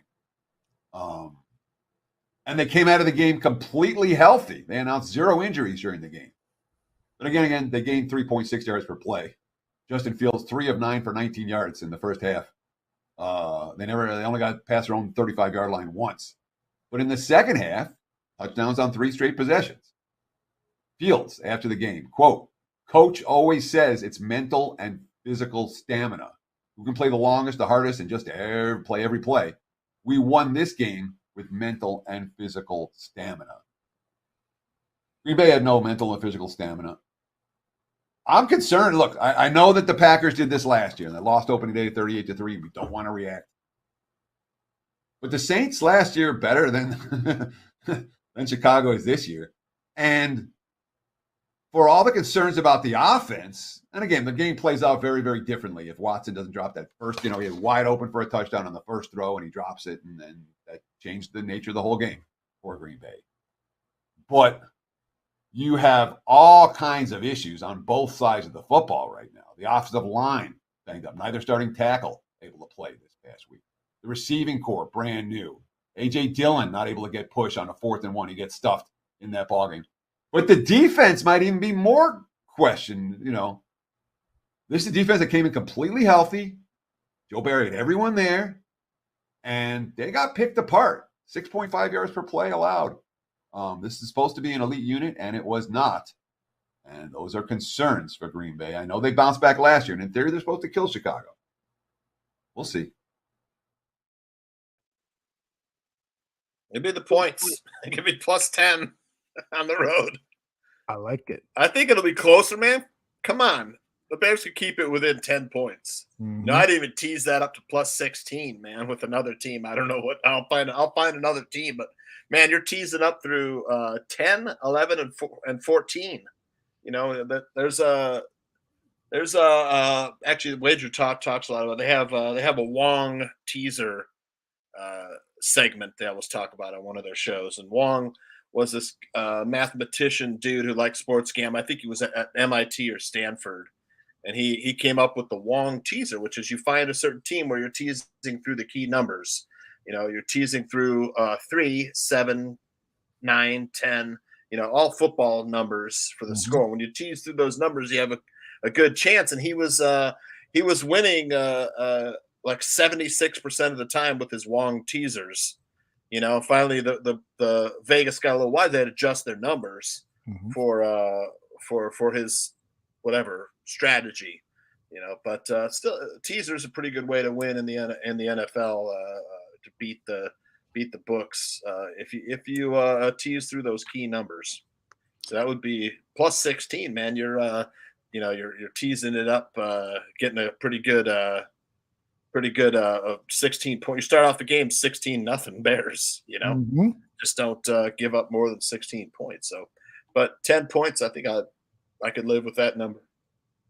I think they've got the game. I don't think it'll be more than 10 points. Green Bay. I just don't think Green Bay has the team this year to put that kind of hurt on teams. They're just not in sync. They don't have the skill position players that they did without Devontae Adams is huge. That's the guy. Without him, and Alan Lazard. I know he wasn't there. We'll see what he could do. He's supposed to be the guy that's going to come in there and get most of the targets and make most of the catches. But yes, he does look a little like Richard Belzer. That he covers. But it brought up a bunch of points that kind of we also agree with. Like the Packers aren't anything. They got troubles too. By the way, I put up King Pookie Nation's Twitter handle, but he's telling me that's wrong and that it is, Alvarez 76. I don't know why I had the Beto one, but in any case, it is Alvarez 76. Give the guy a follow. He's a good guy. Yeah. And I met Pookie at Miller's. That's right. That's right. Last year, Dan Aguirre came into town, and King Pookie and Tooch came over to Miller's Pub. And met him. And when nice guy back in November, when Tooch is back, when hopefully Tooch is in town, but when Dan and Buffon are in town, we hope to do something either that Saturday afternoon before that concert we're going to, or Sunday after the Dolphins game. We'll do something. And so if you guys want to meet Buffon and Dan, and I'd have to probably do Saturday before the concert. That would be cool. Because I'd probably have to be back on Monday to go to work. But hopefully the Bears girls will be here. I'm out of days off, Aldo. You are? Well, I mean, like my wife's mom has been sick, so she wants to go home. For and when you go to the Philippines, you can't just like go for 2 weeks, because it's like 2 days at minimum, 2 days of travel on either end from here to Asia. It's just no way. It's 48 hours. Oh, fuck yeah. On either end. That's 4 days, and then if you're just there for 2 weeks, that leaves you with like a week and a half, and then you got, I've got to drive to Chicago O'Hare from Des Moines, and I'm taking 3 weeks off. Okay. So, but my wife hasn't been back home since 2018. So she hasn't seen her family in a while, and now my 4-year-old was just a baby. We went last time. She was 2 months old. So, but yeah. By the way, show that video again of your daughter. Oh, okay. It's cute. I'm so happy the Bears won. Me too, sweetheart. And the Packers lost.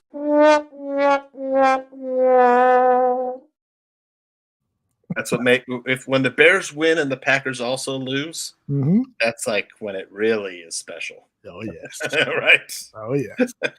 We can get a double whammy next Sunday night. All right, let's close up here. Tooch, you said that you have seen something on the tube that you wanted to recommend, right? I kind of got that vibe from you. You didn't actually House of the Dragon, on HBO. You're not caught up, but I mean, you got to admit it's pretty good. I like this intrigue of politics of thrones and backstabbing and royal families and noble houses and stuff like that. But you don't need a lot of action when you have stuff like that, even though there is still. But right, and I was just going to say, there's a lot of or more than the previous series, Game of Thrones. There's much more dragon action, and if you like dragon action, this is a good show, man. Yeah, there's a lot more dragons, than in this. And the special effects are really good. They haven't gone cheap on that. They're spending money on this, and the special effects with the dragons. Although the one thing, there's two things. Number one is every time the young girl is on the dragon, you never see her when she getting on the dragon and getting off, because that's fucking it's impossible. You got to suspend belief there, and the fact that she's on a dragon that's going like this and she doesn't have a seatbelt on or anything like that.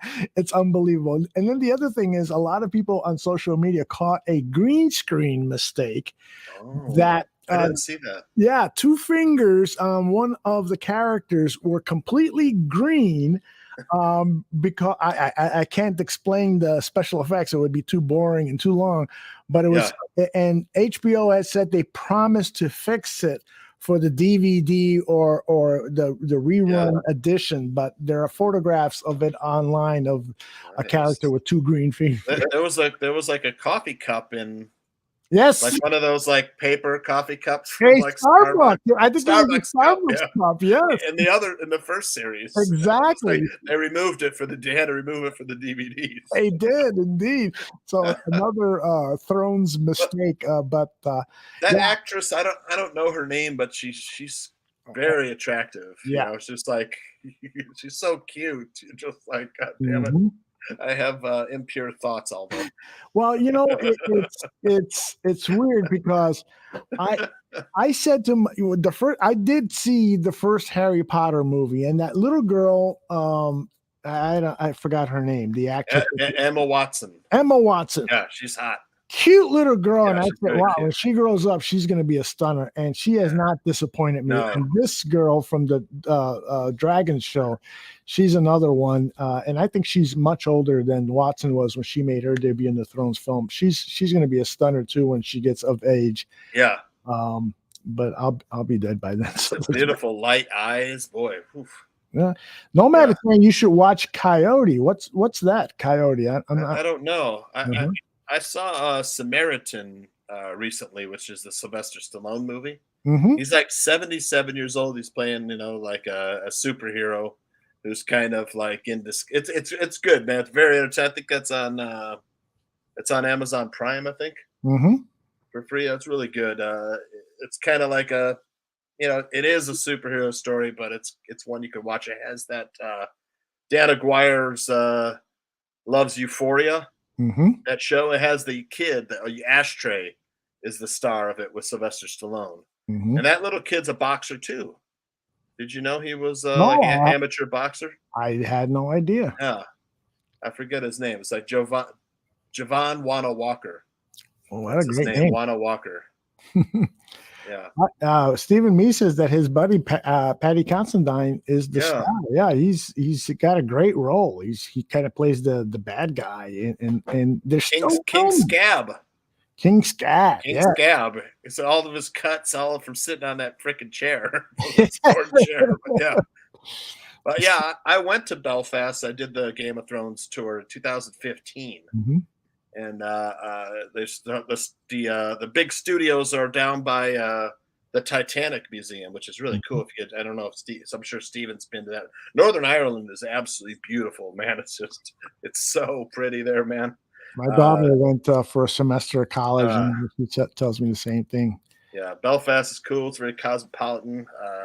Yeah, I really enjoyed the time in Northern Ireland. Went to Portrush and Giant's Causeway. Went to Bushmills Distillery. Had some really good whiskey. Nice. Yeah, it was great. Beautiful. I went to some state park too. I can't remember the name of the state park. It was really nice. Have you been watching the Lord of the Rings Rings of Power? Yeah, I enjoy it. I don't know why people are slamming it. I thought it was really good, man. I'm enjoying it. I mean, I'm a big Lord of the Rings fan. I love anytime we get fantasy on TV, it's not like a genre that's prevalent. It's more like you get all these cop shows or murder mysteries, horror, ghost stories. Once you get into this kind of like fantasy stuff with dragons, they're saying that's her name, Millie Alcock. She's 22 years old. I guess I shouldn't feel too guilty, Aldo. Guess what I'm going to be doing in about 20 minutes? Yeah. She Very is cute. She's just so cute, man. gorgeous. Yeah. I am so glad she is of age. Yeah. That is great news for my Oh my God. So she's got like contact lenses in because her eyes are lighter in the show. Yes. You know, but wow. Yeah. Hot.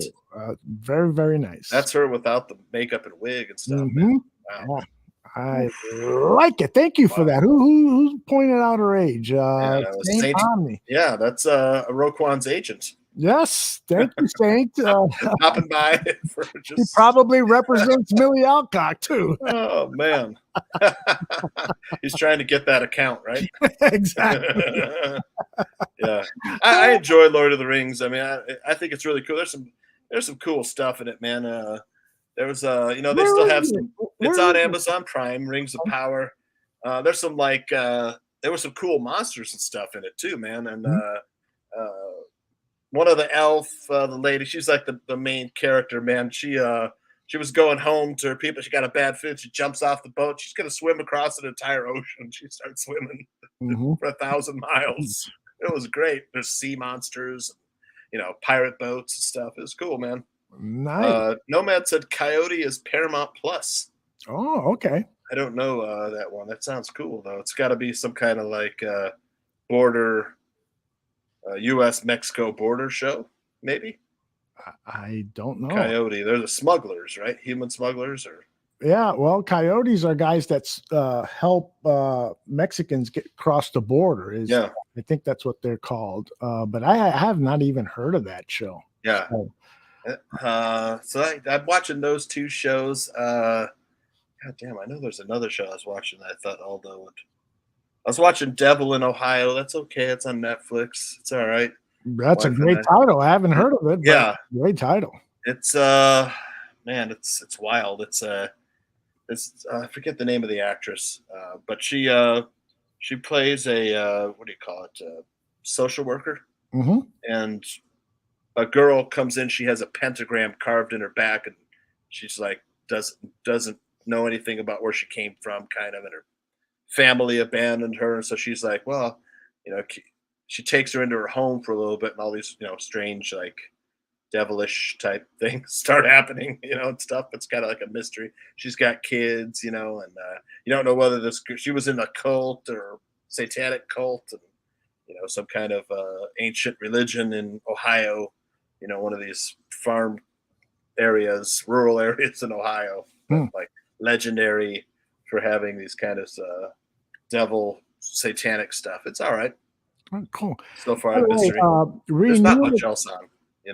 Renewable asked that we Google Millie Alcock's feet, so I did, and this is what I found.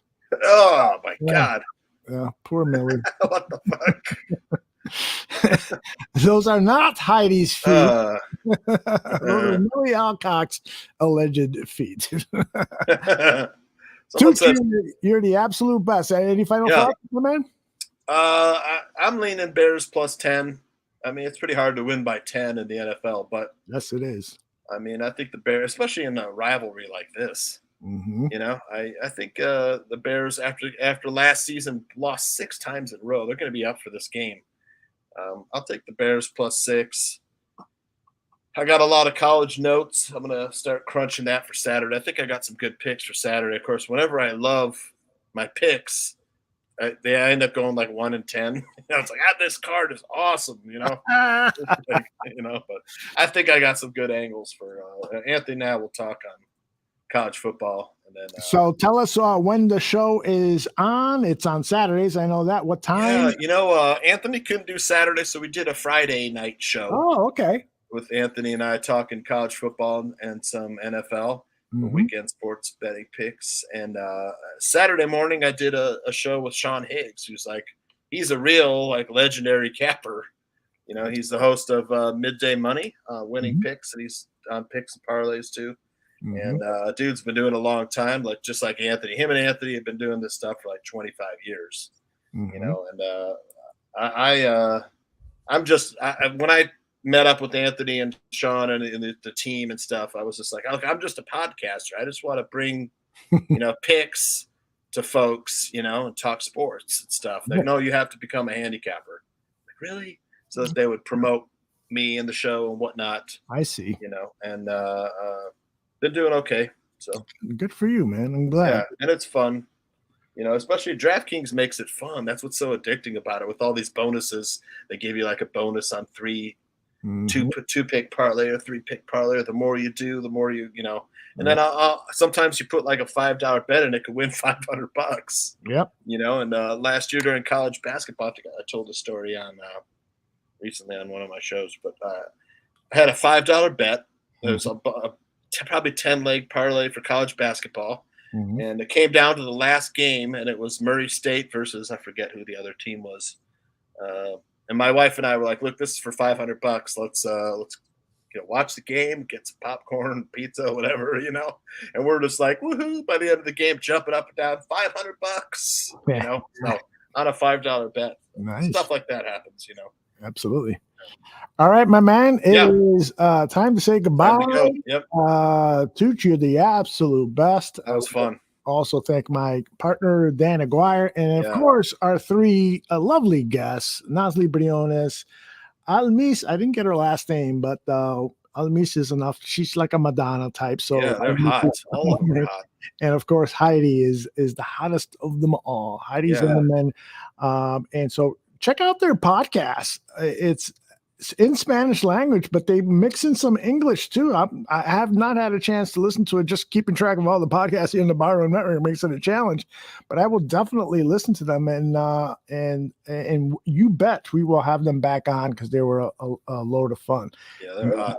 Yeah. And so thank you all very much who have joined us live, and those of you listening on demand. The show is on YouTube if you want to see the video version. Or, of course, audio version is out on iTunes, Spotify, all the other places you get your audio podcasts. So, and make sure you listen or watch either one, the Weekend Sports Betting Tips with Johnny Santucci and Anthony Friday, right? Anthony Inglese. Oh, which means Tony English. It was like right. a joke with Tony English. That's right. Yeah. That's a cool name. That is a cool name. That's second behind my other favorite cool name, Johnny Vegas. I knew a name. I'm hoping the office will get us some good guests. Like, I mean, I can usually get like David Bitterman from ESPN. He and I did a regular show Wednesday nights. He's a good handicapper too. He does the gambling on ESPN column, the online column for ESPN. And then Matt Peralt, who's like another podcaster, he did the Daily Juice. Now his show's called The Bostonian and the Book. And then look, I'm hoping that one day we get Bill Krackenberger, the Crack Man. Because that would blow up the internet if we had him on here. Mike North and Bill Crackman, that would be awesome. Crack Man.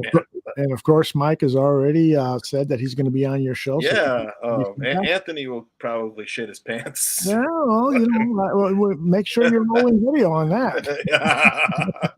Yeah, he grew up in like Tinley Park area. Very cool. Somewhere south suburbs, like Joe Mandel. The same area. Yeah, well, Joe is up in Michigan now. Yeah, he's moved to St. Joe's is beautiful too, man. It's a nice little town. Gorgeous town. Love it. I'm kind of jealous, man. My wife and I did like a tour of Michigan when she first moved here. We're like, man, St. Joe's is nice. A little beautiful downtown, the beaches. Yes, I vacationed there a couple of times. It's gorgeous. So, all right.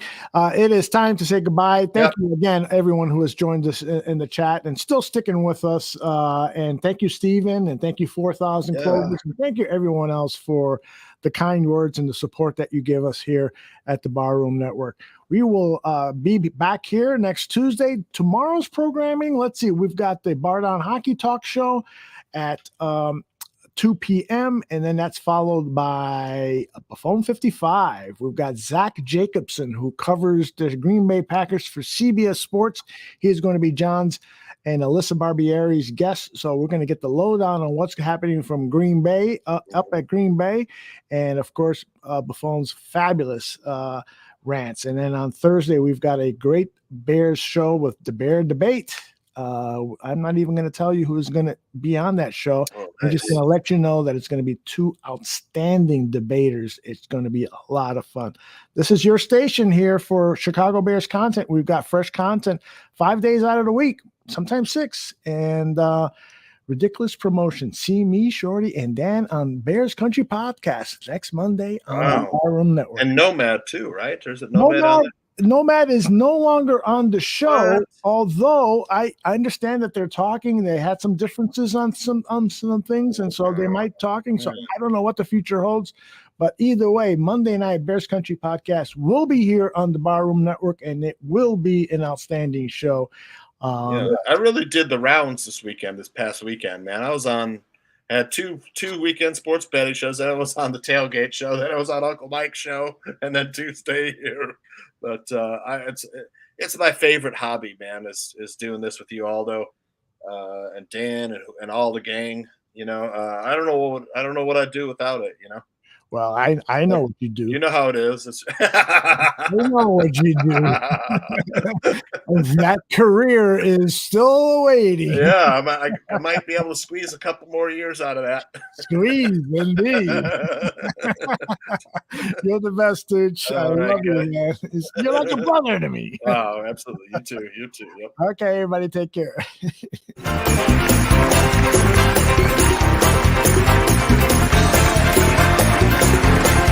Thank you for listening to Dan and Aldo Bare Their Souls. Make sure you subscribe to the Barroom Network and you give us a rating on iTunes. Until next week, my name is Nomse. Bear down.